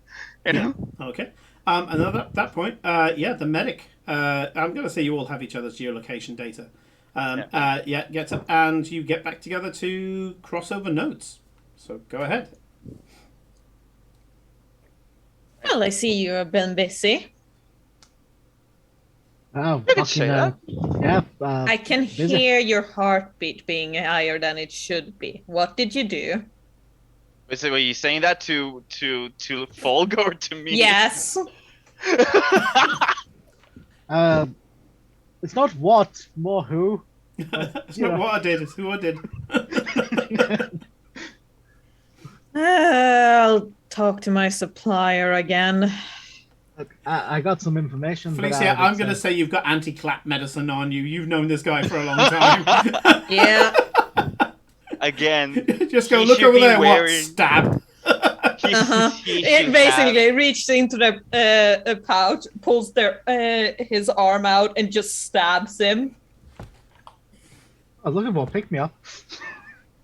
You have the fucking biohazard symbol as a crotch piece. Anyways. I need to remember that for future things. Is that you go to a gig and there's a guy on stage, just rocking out, and he's got a biohazard symbol as a cod piece. Yeah. If you buy it for Lord, he'll wear it on the fucking stage. Yeah. Sure would. So basically, I've got some information. I look over at Piper. I'm like, hey, do you want to make sure no one's listening to us? I know you're good at that one. Oh yeah, I can do a scrub when we leave. It's no issue. Okay. Child's play. So what I found out is she got from Euphoria. She got a very very powerful type of painkiller you'd get for proper hardened mercenary type of things. Not like you'd normally take for a little bit upper. Interesting. And according to the Felicia, test, that would be like a full-on nerve blocker. If it came from Euphoria, it would be a full-on. I can cut off my arm and I won't feel it. That's so weird. What you're saying is she could cut off her arm and not feel it. Yeah, I'll go. I mean, I literally in that small silence, Piper just Folgo. Distracted, listening to music in the distance, not trying to play it. Mm-hmm. Anyway, her body was destroyed not long after death. Apparently, it's been had been covered in industrial waste, which melted it. I have a CT scan though.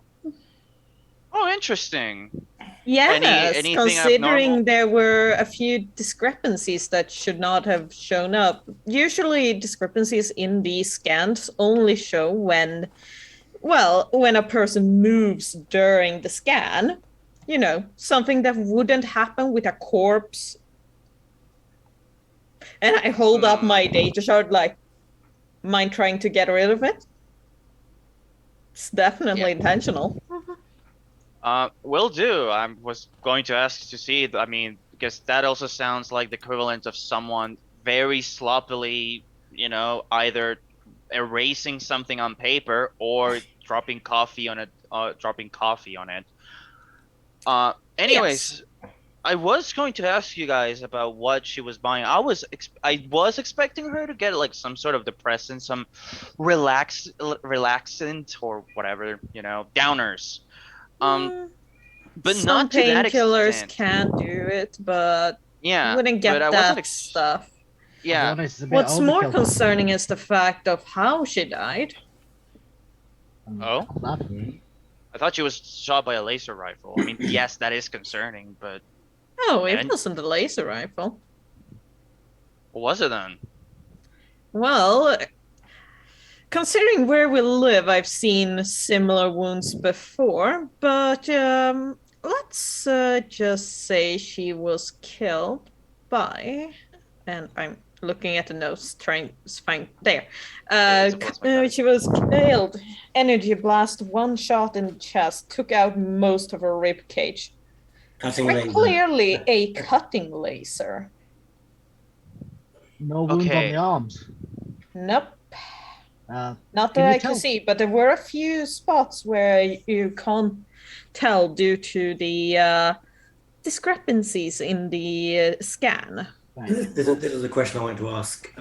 Well, now we're getting back together. I definitely want to have a little think if there's anyone, is that anyone's MO, if that makes sense, to use this sort of kit to take others out?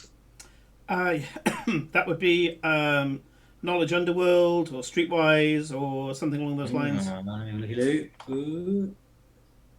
My brain don't work so well, so it won't be Knowledge. Streetwise, we say? Okay, I'll do Streetwise if it's offered. Yeah, I'm not good at either of those. It depends on whether or not you're looking for like deep gang activity or just general street knowledge. If you're looking general Knowledge street knowledge, Underworld doesn't exist. So did Lord Lorenzo ask about this openly? Like, if he's thinking in his head, or is he openly talking about it? I'll happily think out loud, basically. Yeah. So I would say I'll try to help him because I got some streetwise knowledge of where I live, what people are doing in gangs and what I've heard. Okay, so bars every night. What do you know through the rumor mill? Okay, so what's your streetwise? Streetwise is 1, and then was it Will or whatever it is 3, basically. So it's mine is yellow and 2 green. Mine's 2 yellows and 1 green. Cool. So I get an extra yellow for that. You get an extra yellow, and it's going to be diff 2 because you're just trying to find out, is this on the streets? Is this something that people have talked about? But I'm going to turn it into a red and a green, a red and a purple. Okay. Let me 10 seconds. I'm going to check in case I don't think I'm going to got anything to do about that, but I'll double check. Knack for it just gets rid of blacks, right? Yeah. That sounds so bad, but yeah, black dice. All I needed, pure, simple, 1 success. Here we go. Okay. It is a success. Thrilling. You do know that you have heard of plasma cutters and industrial tools being used as weapons before. Lots of isolated instances, but there is one group that have used it, but they don't use it on people. They use it on bioroids. Human First love using the irony of using natural human-wielded tools to destroy bioroids. As if to say, look what we can do, we're skilled workers. There's a certain amount of sarcasm in the kill. Okay. Interesting. What I'm more concerned with is that medication in combination with the incident. The fact that she picked it up the day before, the day, seems to suggest she knew it was coming. Yeah, that's True. my type of guess too. Like that, Um, like I've got some. I got like I I got some mean, fucking if sting I on had me, a and that choice to yes. buy something that would make me not feel the wound, because while it would have killed her very quickly, it's still. But what? That was. I mean, she came to Euphoria in what, the afternoon. So Ah, True.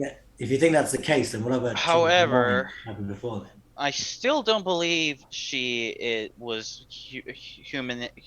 It's human or humanity first. I forget. No, I'm not saying that. I'm just if Yeah, she knew she was right. going to come evidence to was harm, maybe Fair. this was premeditated. Let's say. I do agree it's premeditated, but I don't.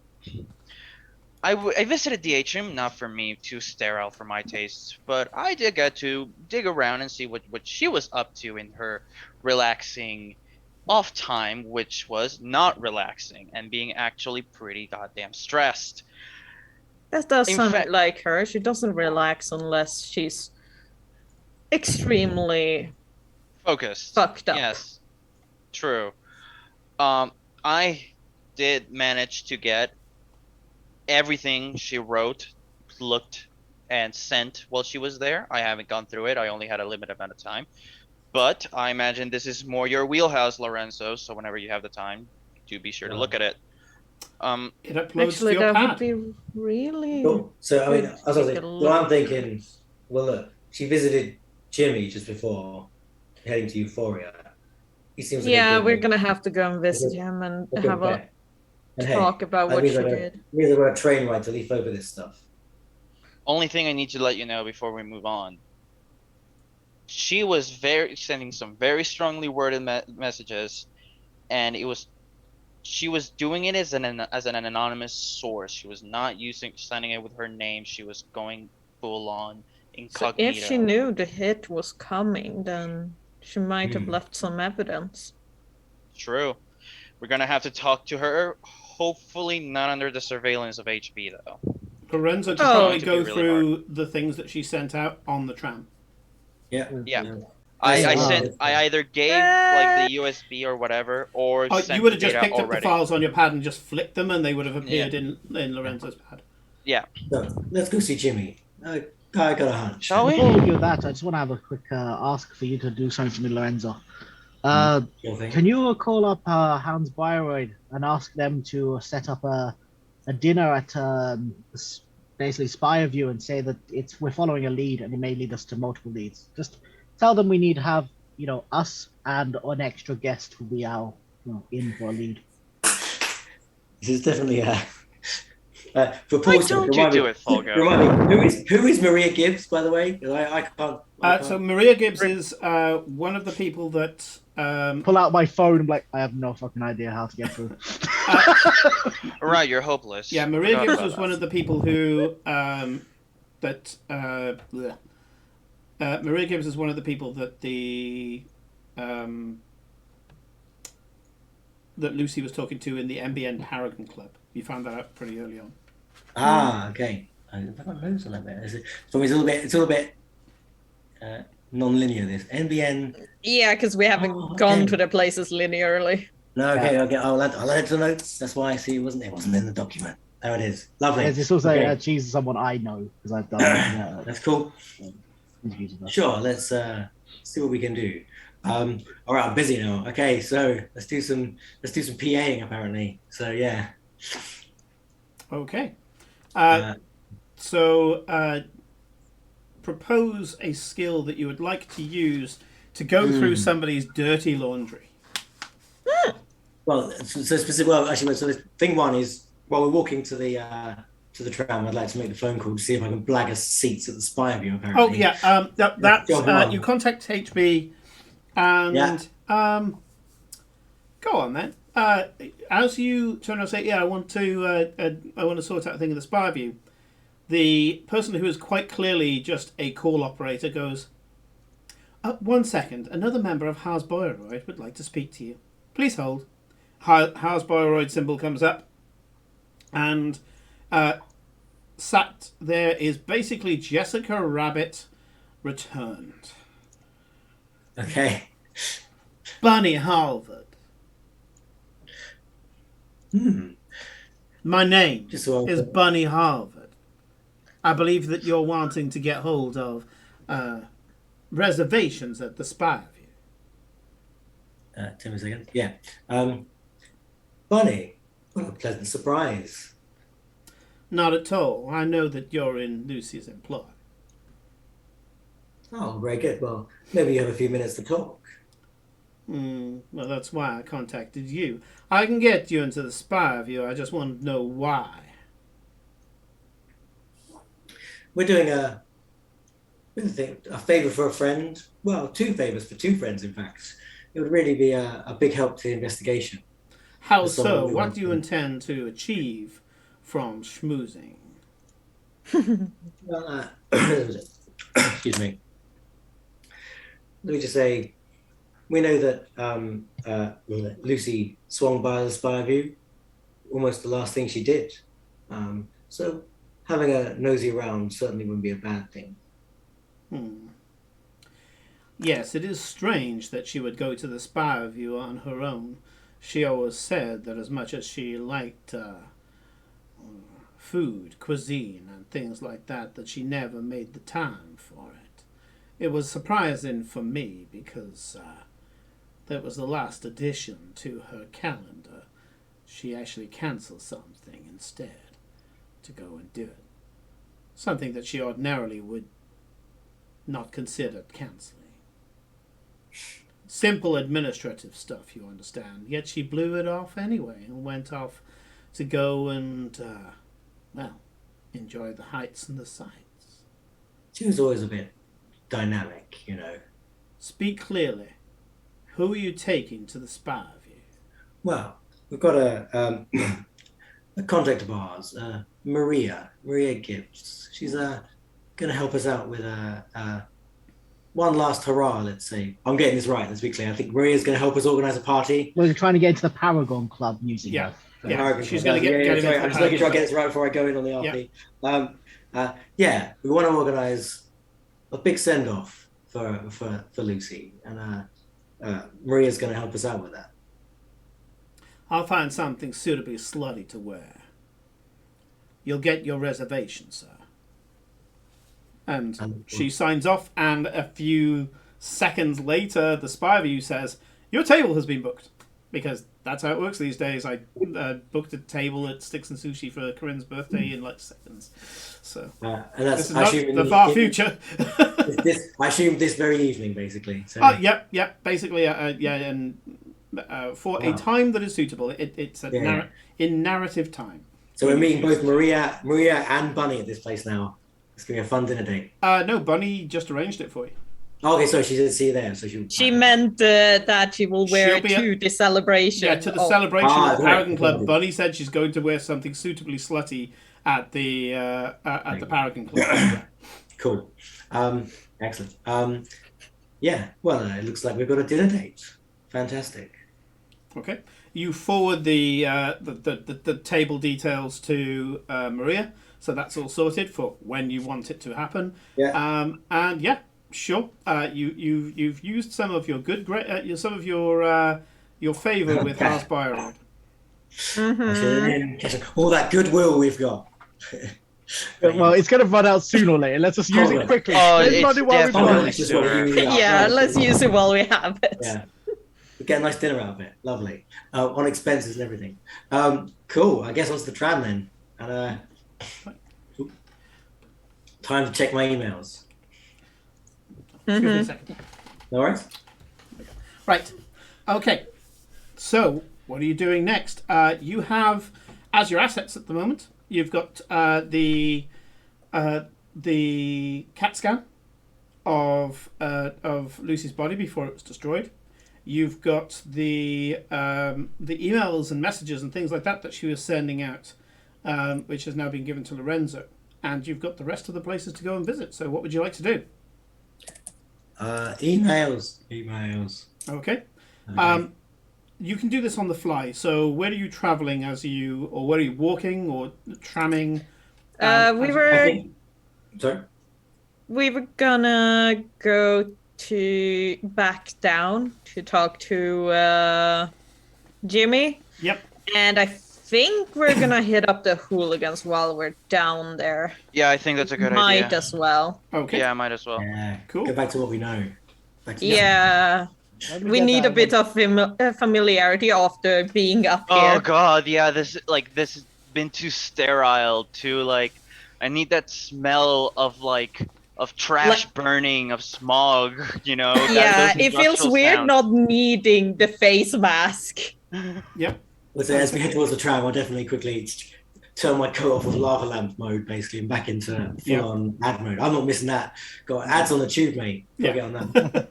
So when we get over to the place with Jimmy's, I want to do something while we're outside. I just want to find a homeless person, as far as I can.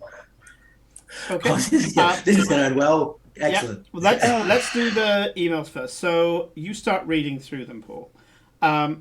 Now, to a certain extent, you're just reading emails, so there's a certain level of success you're already going to get. But just so that we've got a little extra panache, is there any extra skill that you would like to apply? Psychology. I don't think that's a little skill, bit. but I it mean, would have been yeah. useful. It would have been. But then, So there's no insight in this system. What you do is that you go, I want to look into their state of mind with, for example, skullduggery or with coercion or whatever, and then you get whatever, if they had anything going in that direction, you use your skill in that thing to detect it. So if you're looking for somebody who may be putting the screw on somebody, threatening somebody, you would roll coercion as the empathy to detect coercion. Mm. I'm trying to think to some extent what skill would be relevant to start trying to work out the. How about I give you the baseline, and then you can choose Sure. which skill to see if you can bust open more. Sure. So she's posting on bulletin board systems. She's posting. She's sending anonymous tip-offs and all the rest of it to Human First. She is informing Human First that she, by name, Lucinda Mayo, is about to axe lots of jobs in the predominantly human worker districts of New Angeles and replace them all with bioroids. She blow the whistle. Not on House Bioroid, specifically on herself. her. Is this Yeah. She made herself a target. Death by terrorists? Yeah. Or is there something deeper? Okay. Well, I mean, that feels. Ultimately. Well done, Rodrigo, by the way. Yeah, you don't need to roll successes. Rodrigo already got all the successes by getting the Indeed. asset. Indeed. Yeah. I like being a hacker. Again, the stat that to me, perception calls out to me just for pure, retentiveness and just going through the detail, basically, and just actually paying attention. That's what seems to work for me, I guess. But that's the one that feels right. Go for it. Let's see what actually you get on Basically perception. set up her own death. That's what that's what Paul was thinking. Definitely, I was like, this is starting to sound like it's orchestrated. You get the painkillers, right place at the right time. But we've got to find out why she decided that and what And else. she agitated the perfect target. Indeed. Still need to find out different who ones? and why. More need a why now. The cynical part of my brain is telling me she did it to give Aspiroid a reason to clamp down on Human First in the area. Yeah, we need proof though first. Well, what diff do you want, Simon? Sorry. No diff. You just roll just it. roll it. This is bonus information. You either get it or you don't. Cool. Oh, there you go. It's all good stuff. There you go. You start tracing the bulletin board systems and all the rest of it. She went into what is effectively the Human First dark web. She went into the place where all the fucking psychos and extremists are. And she went deep. She basically was just like... She threw herself to the wolves. Okay. Yeah. This is some dangerous stuff. These are the people who shoot first, ask questions later, and they don't just want you to die, they want you to hurt. Simon, remind me again, what modifications did she have besides the arm? Like internal ones. I'm mostly asking for internal ones, not the. Sure. Yeah. So yes, she had She had some hearing implants. She had some sensory implants. She had an esophageal implant, which meant that she was able to go into industrial areas and not hack and cough on the smog. She had a kind of a bunch of mods that together allowed her to not have as much disadvantage when she was working without sleep. Right. And you do know that she had, let me get this right, I've got it here. She had one cybernetic arm that looked really kind of beautiful. Natural. Natural. Yeah, yeah. But it was definitely a cyber arm. Okay. And she did have some parts of her face that had been cybered up.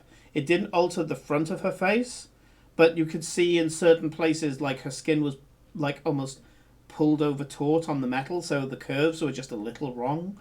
But you know, Right. she still looked really striking. You know, she still looked nice. Here's a question, and I don't know if I'm gonna require a roll for this, because I think this is mainly me just going right instead of Piper.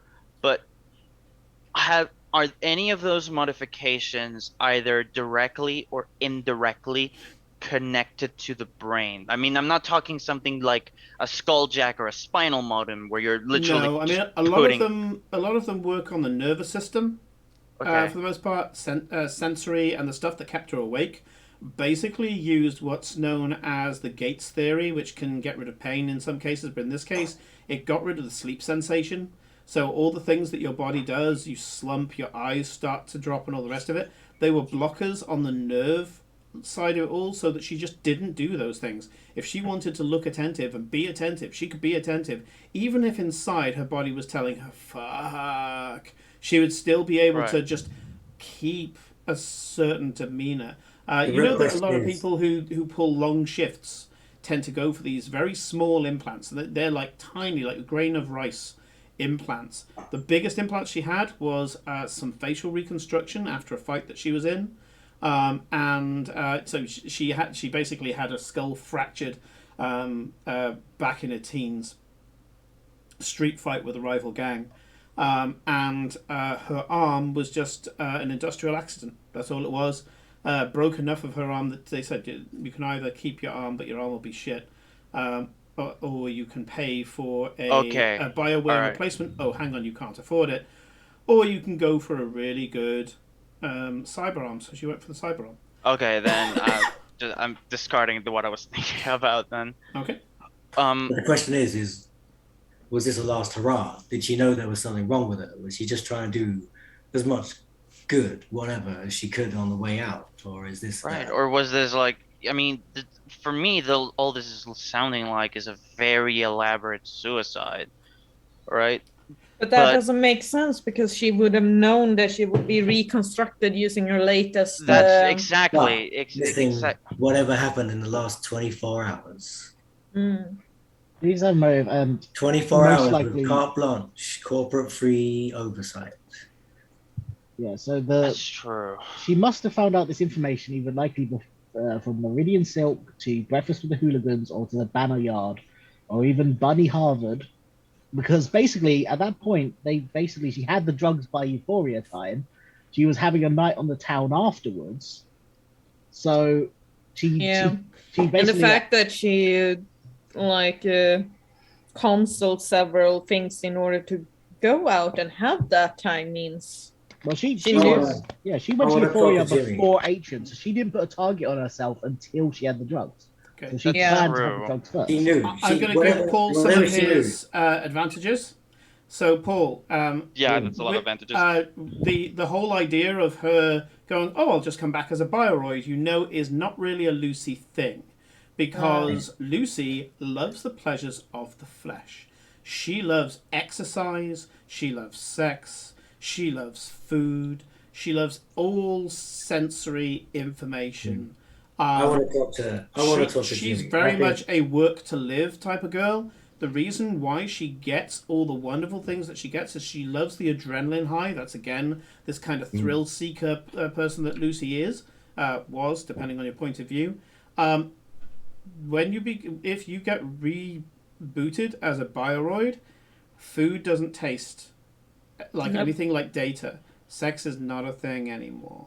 You basically become just a function of what you were before. Those kind of... Well, the ghost in the machine. Yeah, I mean, there are Yeah. certain things I'm sure you'll still like. Maybe music will still do it for you. Maybe you'll Yeah, like a little the bit, you like the look of modern certain data, flowers. Certain films would probably still do it for you because that's very much a cerebral thing. But she was very much a pleasures of the flesh girl. It's how she blew off steam. It's Yeah. how she got rid of her So- stress. Lucy wouldn't have done this on a whim. I mean, no one would do this sort of thing on a whim. My gut No. says something was already maybe she knew she was on the clock already and decided to True. get it over with on her own terms. But I think, let's hope Jimmy's got something to say. Okay, Yeah. and as Yeah, you sounds finish right. off this thought, you burning the last of your advantages, the last one. There are some people actually checking these bulletin boards, so you're not checking the data anymore, you're checking the bulletin boards that she Yeah. posted on. There are some people who've come into the bulletin boards and said, "You human first pieces of shit. When we find out which one of you done Lucy in, we're going to kick the ever loving fuck out of you." There are people now, giving human first shit because they put two and two together from this stuff on the bulletin boards. They've gone, Lucy's dead. Let's Google her. Oh shit! Look, people were sassing her out on the bulletin board, not knowing it was Lucy. And now they're even going to the anonymous person that was actually Lucy and telling Lucy's alter ego, "You piece of shit! When I find you, I'm going to kill you."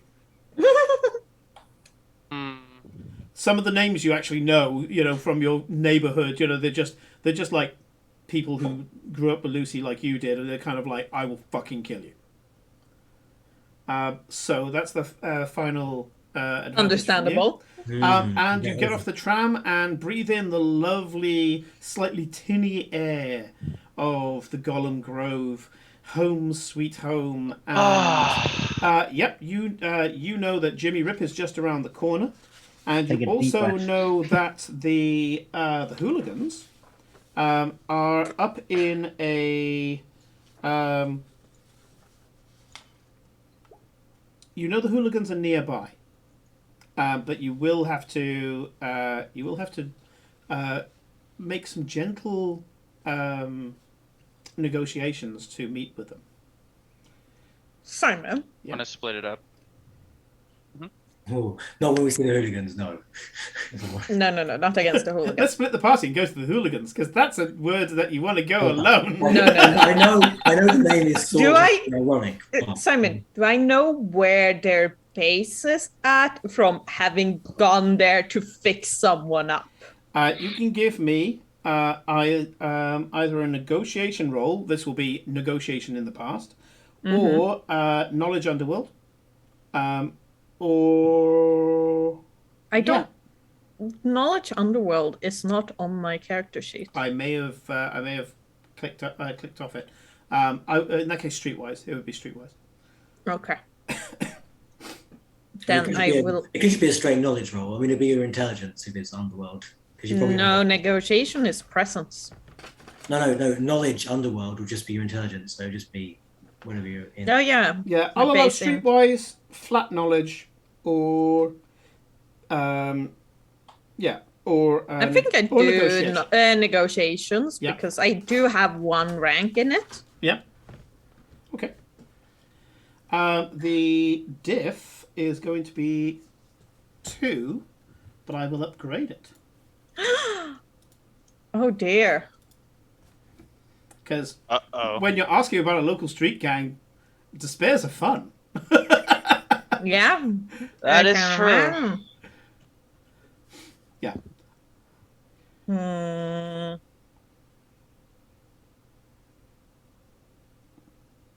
So it'd be 1 red, 1 purple is the diff. Yeah, I know. I'm just thinking if I wanna, use a destiny point to upgrade. It's a good tactic. Yeah. Mm. When I upgrade, I just upgrade a dice, right? Take a green and turn it into a yellow. Yeah. Nice. Yes. Okay. Not bad. Yes. You know where they are. They and not only that, with the advantage, I'll say you're not sure if they'll remember you by name, but they'll know kind of Dr. Bunny. You know. Yeah. I'm known in these parts. Yeah. So yeah, they are. So trying to get to. They are at the Hangover Diner, which is in one of the stacks. You come from the stacks yourself. The Hangover Diner is basically a unit that got bolted onto one of the stacks precariously overhanging the streets. That does sound like an apt description for the name. Yes. Okay. Good. We know. I know where that is. Yep. So But- you can either go to the Hooligans or Jimmy Rip. We'll start with Jimmy, I think. Okay. Yeah, he's let's just around the start corner. with. Before you go there, I do want to find a A homeless person. Yes, you said. disenfrancisto. Oh yes, absolutely. Yeah. So there was like just go over to one, just as I eye them, I recognize some a bit of my like club, you know, a bit at the bar, like, hey men, I just want to have a word with you for a moment. It's a free world for us, my friend. You go ahead. Yeah. He pulls out like a black cigar. I just start playing a bit of music in front of him, you know, just getting like a bit of the the vibes going. Yeah, Like, man. so- Yeah. I'm I'm you know remember Lucy, right? Have you ever met her? She was at the bar quite a Lucy, few she times. was hot, man. I Yeah. hear somebody wasted her, man. Yeah, She was Oh. hot, yeah. I mean, hot. basically, we're trying to find out what happened to her, man. And Yeah, there you may do be that some- and you bust them up, man. You well, I need bust to ask them you for a up. favor. I need to ask you for a favor. And I'll next time I'm doing a gig, I'll give you a free drink and that. They usually give me free drinks when I'm doing a gig. I'll Yeah, get one for you. free flow of favor, man. That's how Yeah. it works. That's the So- only way to get past the man. Is just it's about bonds. It's, Can I ask you to like tail us, just to follow us around? And if you see any nasty bastards, it could be from any group, any group, and they look like they're after us. I just want you to yell. There's gonna be the fucking word, Chupacabra. Just yell Chupacabra and fucking peg it. Just act like you're a bit Chupacabra. I insane. gotta write this down. Yeah. Down because Simon's not gonna remember that. Just yell Chupacabra and act like you're going a bit nuts, type of thing, and then just piss it down the road. And that will tell us that someone's tailing us. Yeah, I can do that for you, brother. I can. Thanks, do that. man. I got nothing better to do, because everywhere I give him go, the rest of the whiskey I that I will- took from. Oh, he accepts it. He goes, oh, my brother. Yeah, No I can't problem, go man. into any of these buildings without being, part of the system, But if I'm following you, I'm following a free spirit. Yeah. Oh yeah, you're my music free man. That's how it is. Exactly. You understand. You understand us. You understand us. Yeah. Thanks, man. No problem. Yeah, we could do that for you. I want to see how invested this guy is. Do me a charm check, diff 1. I know that he gives you this favor free of charge because you have the Disenfrancisto. But I want to know how motivated this guy is. So just a charm straight. Well, I failed. Okay. Can I re-roll? I'm gonna use my ready for anything. 'cause Yeah. I'm good at doing talking and just re-roll that Yeah, one. so- reroll it. Go on. Ooh. So I just re-roll my dice.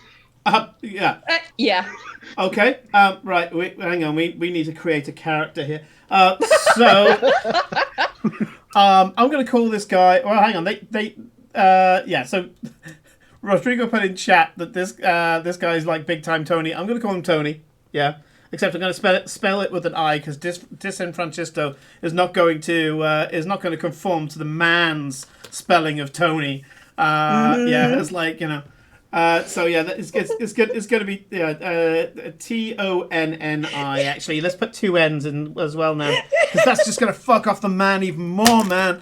Yeah, so Tonni, Tony, and yeah, he's wandering around basically calling everybody sellouts and things like that for no reason. It's like looks at the shoes like sellout, pointing at his shoes.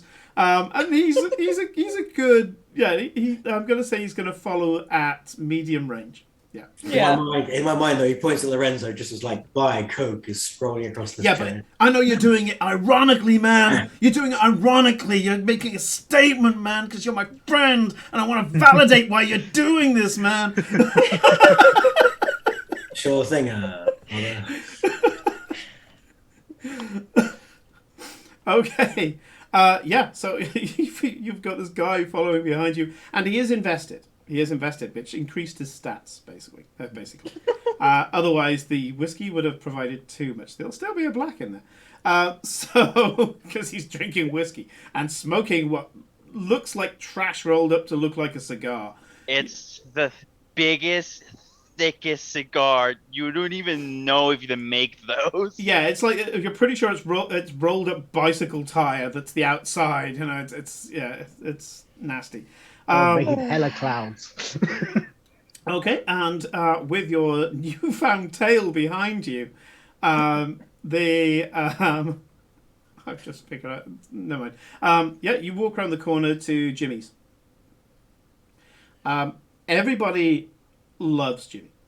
Okay. Yeah, Jimmy's great. You know him.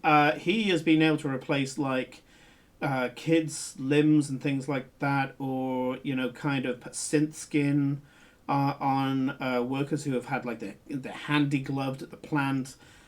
He accepts trade. He accepts payment plans for people he knows well enough. And he'll cut whatever he can off. No joke intended, but he'll cut whatever costs he can off to make sure that he's still for the community. Yeah, he's a good man. You walk into a shop, and sure enough, there's a guy who's walking out with a newly repaired below-the-knee prosthetic. And yeah, most of what Jimmy does, he does do the fashionista stuff, because even in the stacks, rep. Yeah, you could earn some cash somehow. Yeah, that's where he normally earns, but then he normally loses a certain amount with reparative cybernetics and prosthetics. Yeah. And you can see that he picks up what seems to be a plastic wrapped mangled foreleg of the guy who he just replaced, and puts it in a bin labeled incineration. And goes, Jimmy! Well, that was clean. Hey, Doing how well you as always. guys doing? How you guys doing? Yeah, oh, well, you're not bringing anybody in pissing blood, so I'm assuming a social call. Yeah, Something like that.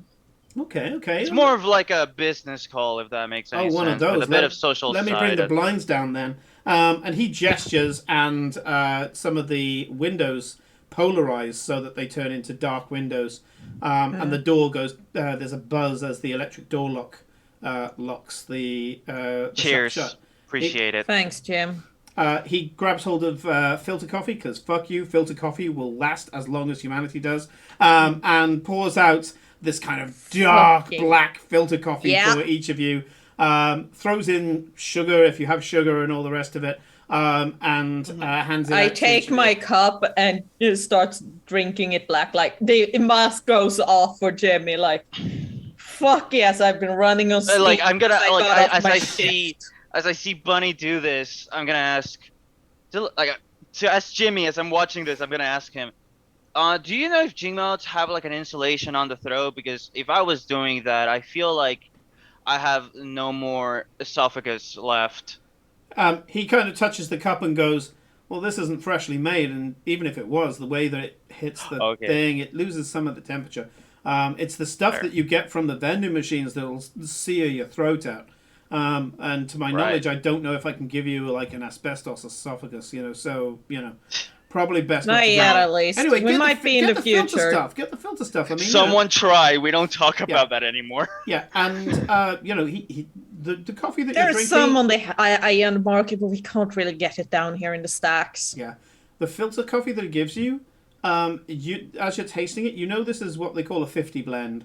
It's probably around about half coffee and half fake coffee, which is just kind of just a filler with certain flavonoids and stuff, which is basically just sucking down a chemical. You can just about taste the real coffee in amongst the fake stuff. It's good enough. Yeah. It does the trick. Yeah. It's like they put just enough coffee in there for it to still pass as coffee. Yeah. Well, I haven't had coffee in fucking ages, man.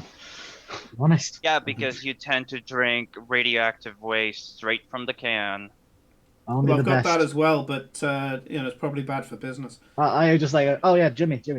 I just can I use? I'm gonna use my pockets thing, and I pull out an eyeball, like a fake eyeball. Like someone dropped this. You may want to need it. He takes a look at it and goes, "Yeah, it's not enhanced, but I mean, I could probably get this thing working again." He kind of clicks it and opens it up and goes, "Yeah, that's been in a sewer." Yeah, before I put we this in found it anyone's head, I'm gonna want to wash this one out. So Yeah, we found it in on the snooker table, and we're like, that's not a fucking ball. That's just what it's like in Lord's pockets. Yeah. Jimmy laughs and says, "Hey, this will do somebody some good. Thank you, man. Thank you." No problem, man. And he puts it to one side with a post-it note saying, "Wash carefully," triple underlined. I think it's one of those things that you need to like sterilize it with like I think you probably know more than this than I Pure do, Simon. alcohol. Yeah. No, like with straight up UV or radiation. Yeah, something that like too. It would be UV. Yeah. UV. Okay. Yeah. You Yeah. start with alcohol, and then you get the last remaining stuff with that, and UV gets viruses and mold, but not bacteria, funnily enough. Oh, Well, okay. it does some bacteria, not all of them. So yeah, and so yeah, he says so. Business. Yeah, Lucy Business. asked us to look into what happened. Uh, She met you yesterday, didn't she? Yeah. I mean, I give her regular checkups anyway, but this was a little different. So Hang on. Let's just slow down a little. You might. You look like you're a bit out of the loop. Lucy's dead. Dead. Fuck, man. Now you know that Jimmy pretty much buries himself in his work, so he wouldn't have seen any of the threats on Yeah. the bulletin Yeah, boards, that's and why hasn't heard I it. figured. So that's why when He is Bunny just started distraught. immediately like that, Yeah. I just went like, hey, hang on. Luckily, like, she's pump the brakes. getting a new body with the memory they had saved of her digital one, but So we're you gonna know get an how it echo. is. Mm-hmm. Yeah. Okay. Yeah, but Lucy, flesh and metal. Yeah, she's no longer with us, and Lucy has asked us to look into her own murder. We have found some very interesting things that we hope you can illuminate us on since you saw her. Yeah. I mean, what you need to know, man. What did she come in for? You said it wasn't a regular checkup, because I know she doesn't have it yet. Because she schedules both of us at the same time. Yeah. I mean, I checked over her arm. I checked over her face. And yeah, I mean, she came to me with a new backup file.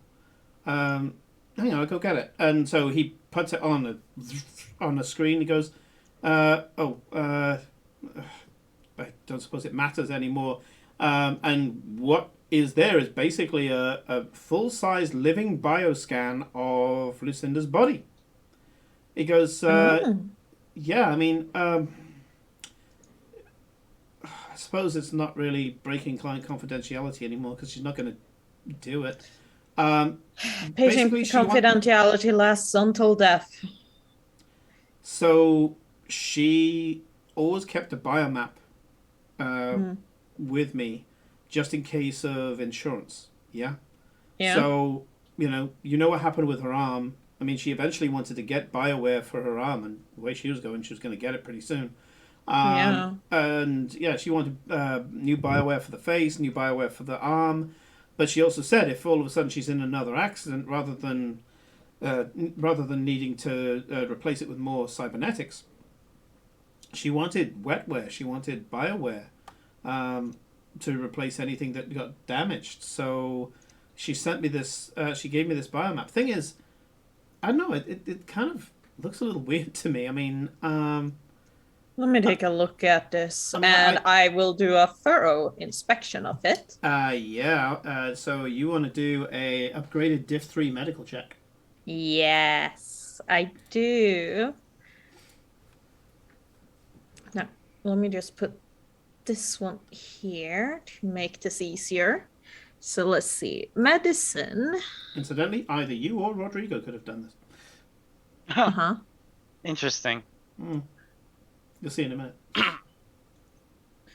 Okay, so medicine. How big was the check you said? 3 but upgraded, so 1 red, 2 purple. A question: would your any of your talents, Felicia, help you out here? That is what I'm looking in for. Okay. There's I no removed blacks for 2 this. black, so no blacks. There was no black anyway. This information's given to you by a cooperative person Mm-hmm. who's given you full access and time to do. And I will take the 2 strain to add a success. Oh yes, you can do that. Oh yeah. Oof. Yeah. Medical life, man. Yeah. It takes its toll. Yeah, that's true. Sure recover does. stress And like I I'll can. flip one of those to increase my chance of success. Yeah. Yeah. Okay. Good thing you did all that, otherwise you would have been boned. So it is difficult. It is difficult going through this. It looks for all the world like a regular bioscan. Yeah, sure. Yeah. But something's off. But something's off, and you get it right at the end, just when you're about to quit and go, I don't know, just you can see all of her organs are in the right place and all the rest of it, and you realise this is actually 2 bioscans, perfectly overlaid on top of each other to make 1 bioscan, and there are parts of 1 bioscan that have been cut out and replaced with the previous one. This is 2 bioscans from 2 different times, and it's only when you look at just silly little shit that you suddenly go, hang on.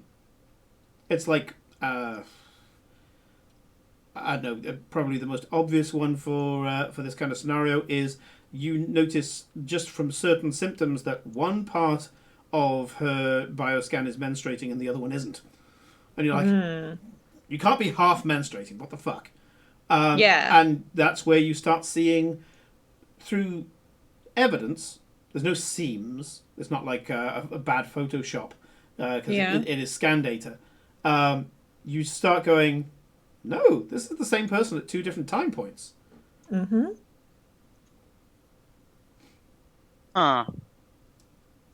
What differences have she chosen to keep / not keep? For the most part, a lot of the outer layers.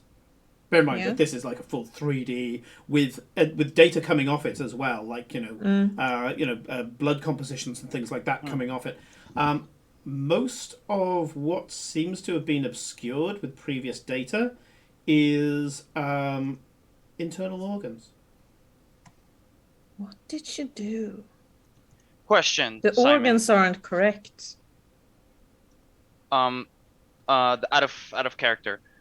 Is this like is a bioscan like a picture, or is it like a file that you can manipulate? It's a file.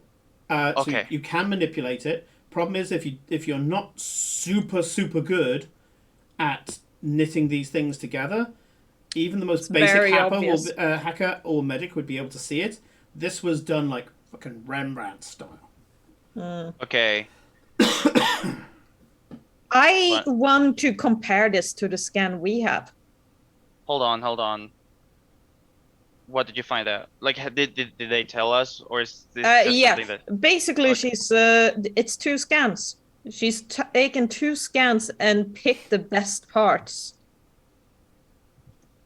So Jimmy, what sort of work were you doing on Lucy Lake? Okay, guys, I'm gonna be away for a hot second. I'm going to try these 2 bioscans, right? Made into one. I'm gonna see if I can split them apart into 2 again. Sure, you've got a cooperative system. This isn't even hacking in the traditional sense. You don't need to do any ice breaking or anything like that. You just plug in and just suddenly go into your glasses come down and you just dive into the data. You take a deep dive into the data. You're in, and Jimmy turns around and says, as I say, it was MOT stuff. She dropped off the file. We shut the shit. She was here for maybe 10 minutes, if that. She she said she'd travelled out and she had to travel back, to the strip. I said, you know, she could have sent this file over the network, but she said she didn't want to because, you know, she didn't want, you know, to be hacked or anything like that, which I guess is valid. So she gave it to me in a data stick.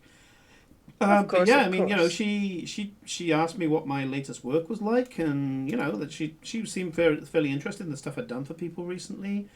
We talked, as we always did, about her future plans to get a BioWare arm and all the rest of it. But you know, that's normal. Everything was normal, man. Hey, can you tell me where you'd actually get one of these scans? I'm a bit out of the loop. I doubt she did it in her bedroom. At the hospital. You know, the place that you're banned there's a few from. places you can get like get them from hospitals. You can get them. I think you have to submit a bioscan if you're going off and doing like insurance. Hell, I mean, you can get a bioscan at the gym, man. So you know, it's you know, I'm not around. Sorry, I'm doing my own stuff. Sorry. Yeah, I mean, you can get bioscan in lots of different places. So man. I didn't know. This is the only copy. This is the copy she gave me. I don't know if it's the only copy. I mean, But it was the one she was planning to use. Yeah. Well, yeah. She said if she ever came back to me for some work, she wanted it based on this, and I said it just looked a bit weird to me, but I couldn't put my finger on it. But you say it's 2 files put together, yeah? Yeah, it's 2 different files. They're from different points in time. You can see it especially during her uterus. We're about to do a roll, Rodrigo. Yeah. Yeah. This no, it's part, like the Piper's it's on her period. Like, and then straight down here, she's not, and that doesn't happen. Yeah. Right. Well, I'll be honest. So, do you know the Ironworks would have one of these scanner things? Oh hell yeah! Ironworks are always trying to upload their data like a high score. Muscle mass, adrenal response, all of that lot. You know, God, Bradshaw and his nuts are always trying to compare. They even do like bioscan like comparisons. You know, like what's that old game, Top Trumps? Yeah, so they've got like a leaderboard and everything. It's not my thing. It's not my thing. Oh, do you know they got like a date type of like thing when you make these things, like, oh, you made it on this date or this time or something? I don't know. It'd be in the metadata of the file. I mean, your friend's just about to find it now. Yeah, makes sense. And Rodrigo, deep dive goes in. You find the metadata first. It's like the title, and you're just like, it's claiming that. Immediately you see. This was done, funnily enough, at the Ironworks gym the Ironworks gym at 6:10 on the morning of the morning in question. You know, according to the metadata and her story, she went to the Ironworks, made this file, and then gave it to Jimmy later in the day. From what Felicia's saying, half of that is bullshit. Yeah. Yeah, I'm going to split right in 2. Yep. To see what, like, because obviously one is Lucy's. I want to find out what the other one is as well, and then compare it to the CT scan. This is going to be a roll-off against the person who made the file. Ugh. Okay? And rather than me rolling and you rolling, I'm just going to take what would be their yellows and turn them to reds, and take their greens and turn them to purples. So the diff is 2 red and 2 purple. Oof. Lift that story point. Upgrade the shit. Somebody paid good money for this shit. Yeah. Story point. Okay, so if I remember correctly, that upgrades one of my greens to a yellow, right? Yes. It does, yeah. Okay, cool. Come on, you're good at this. Oof. I'll take strain. I don't. Take 2 points of strain. Mm-hmm. Yeah. To start off with, and so you failed. But you're going to fail forwards because you've got the all-important triumph. As you're trying to get into the data, and I'd like to think of it in the visuals, is that you're falling through this white noise of data, kind of almost breaststroke, pushing the data away as you're falling, trying to look for the root as your avatar's just there going, I'll get you. And as you pass... as you pull the the data apart, suddenly a tag. So I shouldn't use the word tag. I was going to use tag like graffiti. Yeah, it's an icon. Yeah, as you pull it apart, an icon hits you right in the face. Or basically, it slaps itself, so you must see it. And the icon has got like a street tag, and as it does that, it goes. You hear this voice turn on and go, "You ain't good enough, hacker!" And the data starts to rip itself apart. And you're there like, nope, nope, nope, nope, nope, nope, nope, and you're holding the thing together. It's like one of the Spider-Man movies where he's holding, he's holding the fucking ferry together. You're doing that as you just send out code in either direction. You're pulling it back together, and you're like, yep, this may look physical, but what's happening right now is my brain is overheating. As you're overclocking your brain, almost having to eidetically memorize the codes to recreate it. For the rest of the people in the room, all they see is the screen flicker a little bit as this happens. But they can see you kind of gritting your teeth as you momentarily Impressive defenses, as you get your 2 strain. And you pull it back together. There's no Stark coming this time. You pull it back together and you knit the code back together out of sheer memory. For a short period of time, this file was written on your brain. Yeah. Yeah, you dumped it into your brain. You're like, I need to get the Skulljack. That will make this so much easier. When you come back out, you're like, you're hyperventilating. You got 2 strain in nanoseconds. Getting that over a couple of rounds, yeah, sure, or even over a round, 6 seconds. 2 nanoseconds, 2 strain. It hit you like a brick momentarily. You do, however, have an icon, basically a piece of graffiti that the hacker who made this slapped on it. Now it's not going to have their name on it, but it's a thing that people put in to make you fear it. Well, So? Whoever did this certainly knew what they were doing. Because as soon as I tried splitting these things apart, the file started deleting itself. So Sounds like a whatever real Lucy bitch. did, she did not want people to find out. Clearly. Rodrigo, I will mostly give of you, me. as part of your triumph, this is probably not something that Lucy asked for, but something that the hacker put in, that the second anybody tried to trace them, the evidence to trace them with would self-delete. This was probably not something that Lucy asked for. It was something that the hacker put in as part of their Kit. Part of their style. Is it a tag you recognise, Piper? No. And you do know that to try and track this person down on the network following that tag means you're going up against that diff again. Well, that's Chasing a fellow hacker through the network means constantly going up against their diff. Well, at least I can still use this file and compare it to the one we have of her body. I want to see the discrepancies between those. There may be a backup of the ironworks. It was tampered off at that point, then we maybe had to find the original. Felicia, I would like you to. You said you were going to compare the dead body and the thing. Yeah. I'm going to give it to you for free. Based on all the other stuff you've done, it seems to be that the blurry parts coincide with the bits that she patched. Interesting. I don't know if this is got common knowledge, Simon, or whatever, but sort of if you were to get restored into a full BioWare body, is that even feasible?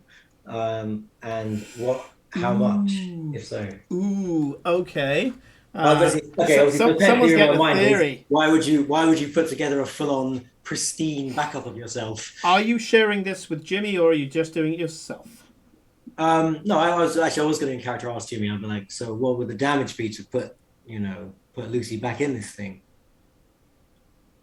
You mean basically replace her bioroid body with wetware parts? Sure. Why would you even do that? mean, a Bioroid is stronger, faster, harder to damage. Lucy, she seemed keen on the more pleasures of the flesh. Let's be honest about it.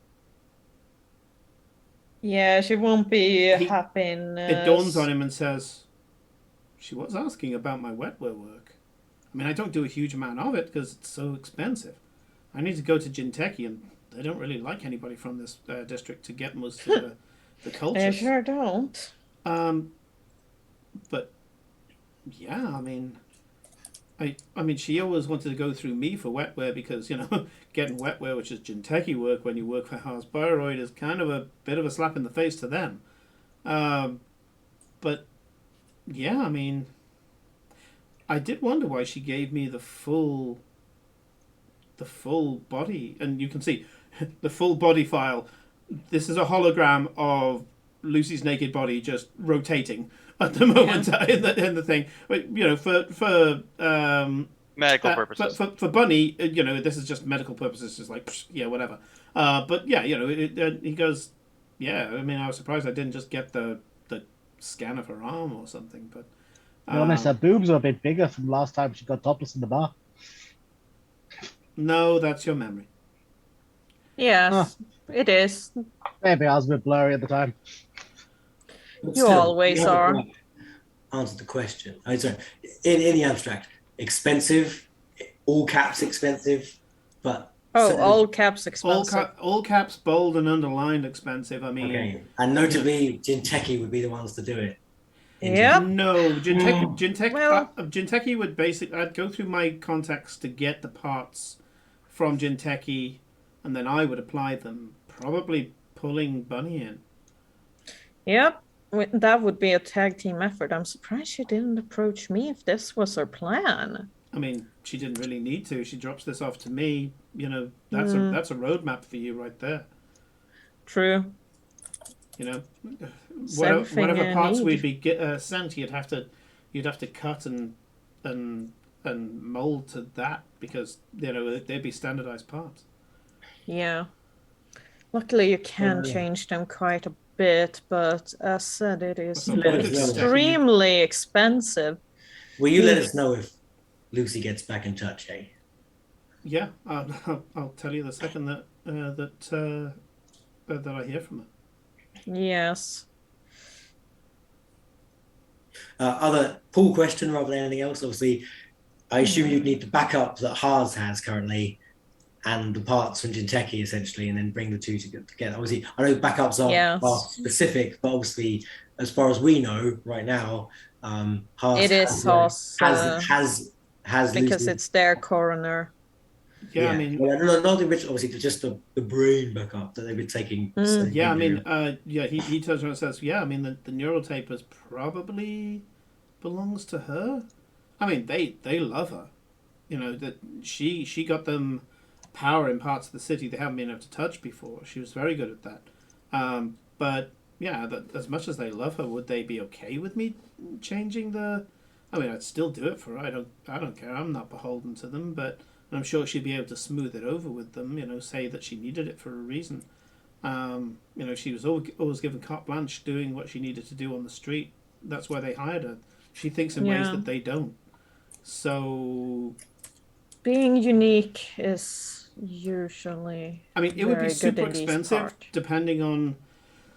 I mean, if she was to try to do like, say, the stuff that she liked the most, eating, for example, and that would be what she'd need to have all the olfactory senses and that is why these are the organs that are patched. She's using the healthiest possible points of her scan history for those parts. It doesn't matter though. I mean, to a certain extent, the parts that we'd be replacing would be off the shelf anyway. They'd be Jinteki parts. I'll be honest. She doesn't see it's like, I doubt, unless she had a really good reason, this was a plan, she wouldn't go in it if she didn't have the money up front. I feel like she would have to have the money before she would set off this plan unless something pushed the timer. Yes. And I do believe she she might have thought that she would come out of it alive, so that she could be a person in the negotiation of how her body would be put together. Well, Yeah, it looks I like don't she think that would certainly- happen. I Spyro, I'd like that fucking bots, you know? She Oh, certainly hey had there. a plan by the early afternoon, it seems. So, well, let's take a skip back in time and maybe see what the hooligans have to say. Right. She may have contacted them to actually do the job. So we may want to be careful. They may want to keep their secrecy on this one. Maybe so, but She again, met them before she went here, so Yeah, but Well- that's after she went to the ironworks. we know at some True. point she had a plan. And like I say, she didn't seem so determined when she first left her house. That no, morning. this Well, might then be a idea, but do you think the hacker that put these together might be working with the hooligans? And I look straight at Piper. Piper has not been paying attention this entire time.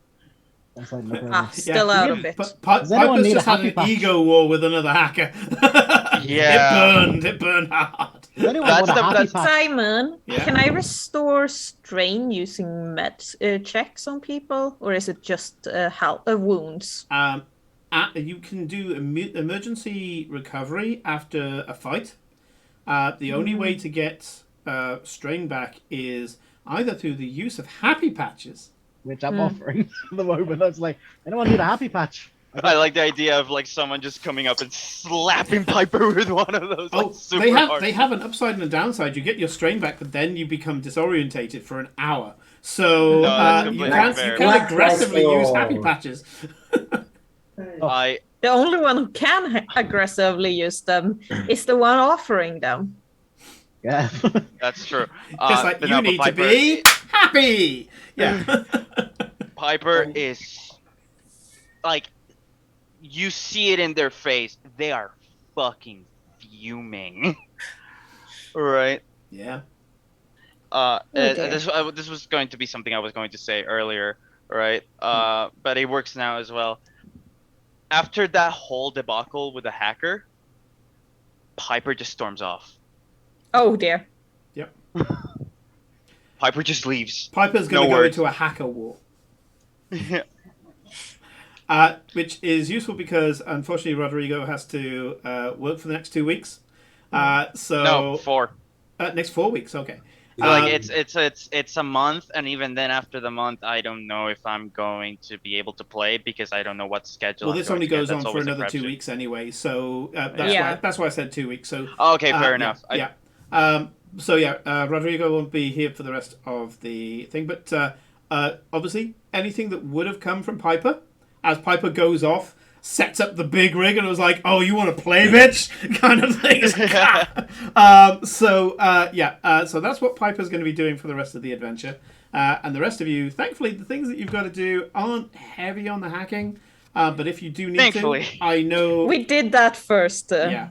If you Yeah. do need to say, oh, this is what I would get Piper to go and hack, I do have Rodrigo's hacking score, and I know what their icebreakers are. So, Yeah. yeah, we're good on that. So You just send them a quick text. You're probably just gonna get a okay back. Like, Yeah. yeah. You'll get Just a K. Yeah, like just that the K. really. Depending on what kind of hack that you might ask for, I might do a little bit of narrative, but I'll probably do it very quickly, and I might roll it using my physical dice quickly.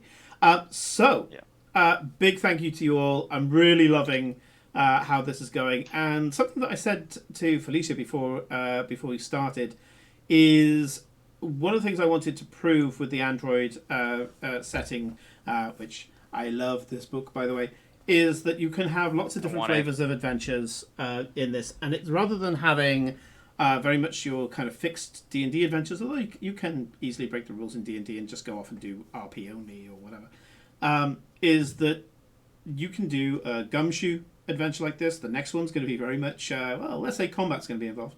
Then You mean I can recreate Victoria in another setting? Oh, a Victoria Cyborg, I think is I think Victoria Cyborg would probably be crazy good. Yes. Yeah.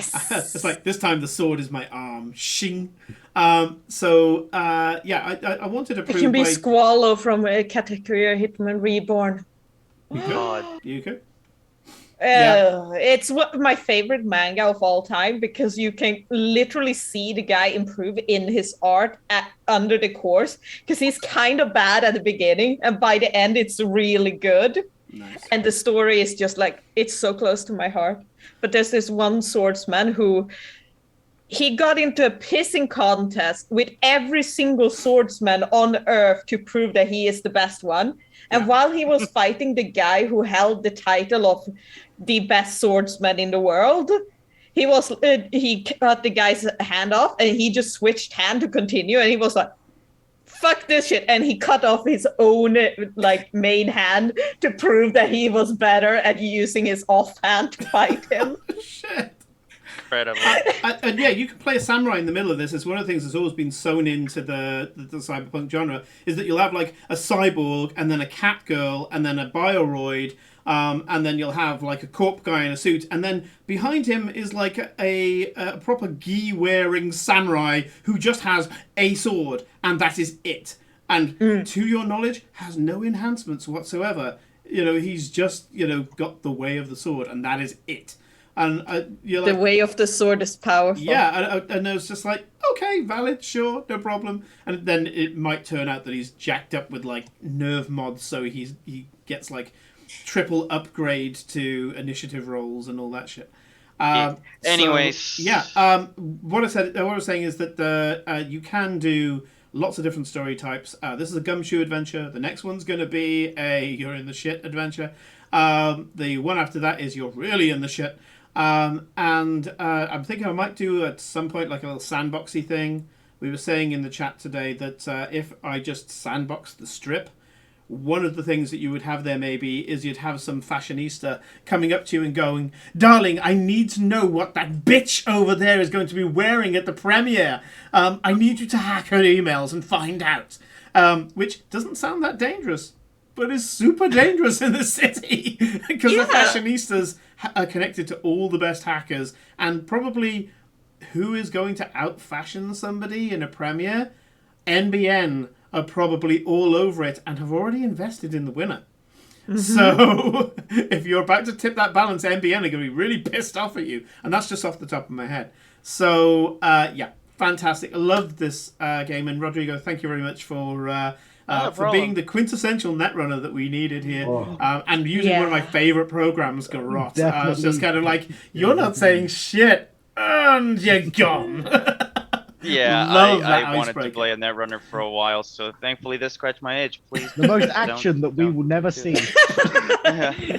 Yeah, I've got Netrunner over there. I haven't got many of the expansions, but I've got Netrunner over there, and I love playing it whenever I can. I started the old Netrunner, but Android I love more, actually. So yeah. But yeah, thank you again for having me. It sucks that I have to stop leave early, but I need more gear, and gear is not cheap. Hey, you got paid gig, man. This is what you need to do. Yeah. Okay. My dude, you do not realize how much I've been drawing recently due to commissions. I needed the cash.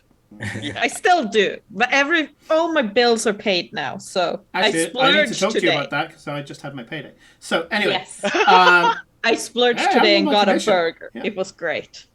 Anyway, we're going to go to the See You Soon screen, and we'll probably raid. We'll see who's out there. But until then, have a great day tomorrow on the run up to the weekend, and I will see you tomorrow night as we start talking with Wrath and making some more plans in the Benefactor. Oh yeah, more sexy cat times. Oh yeah, don't worry. We're gonna continue to drag this Eclipse through the mud. AKA, this part was written by Corinne. No. We rescued a 2,000-year-old hench tabaxi from the tomb. He is Wrath, but he's been doing leg day for the last 2,000 years.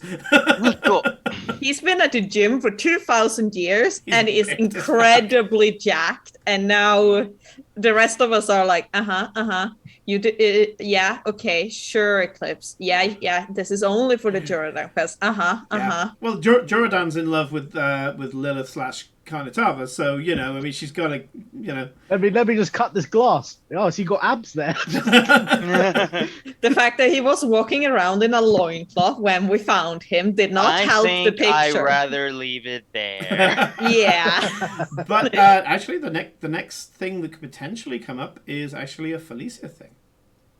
I have plans, and the others are not aware. Yep. Evil. Anyway, we're going to go to the See You Soon screen, and we will find somebody to raid. Until then, catch you tomorrow night, and don't be a stranger on the Discord. Good night. Bye, everyone. Bye. Good night. Bye.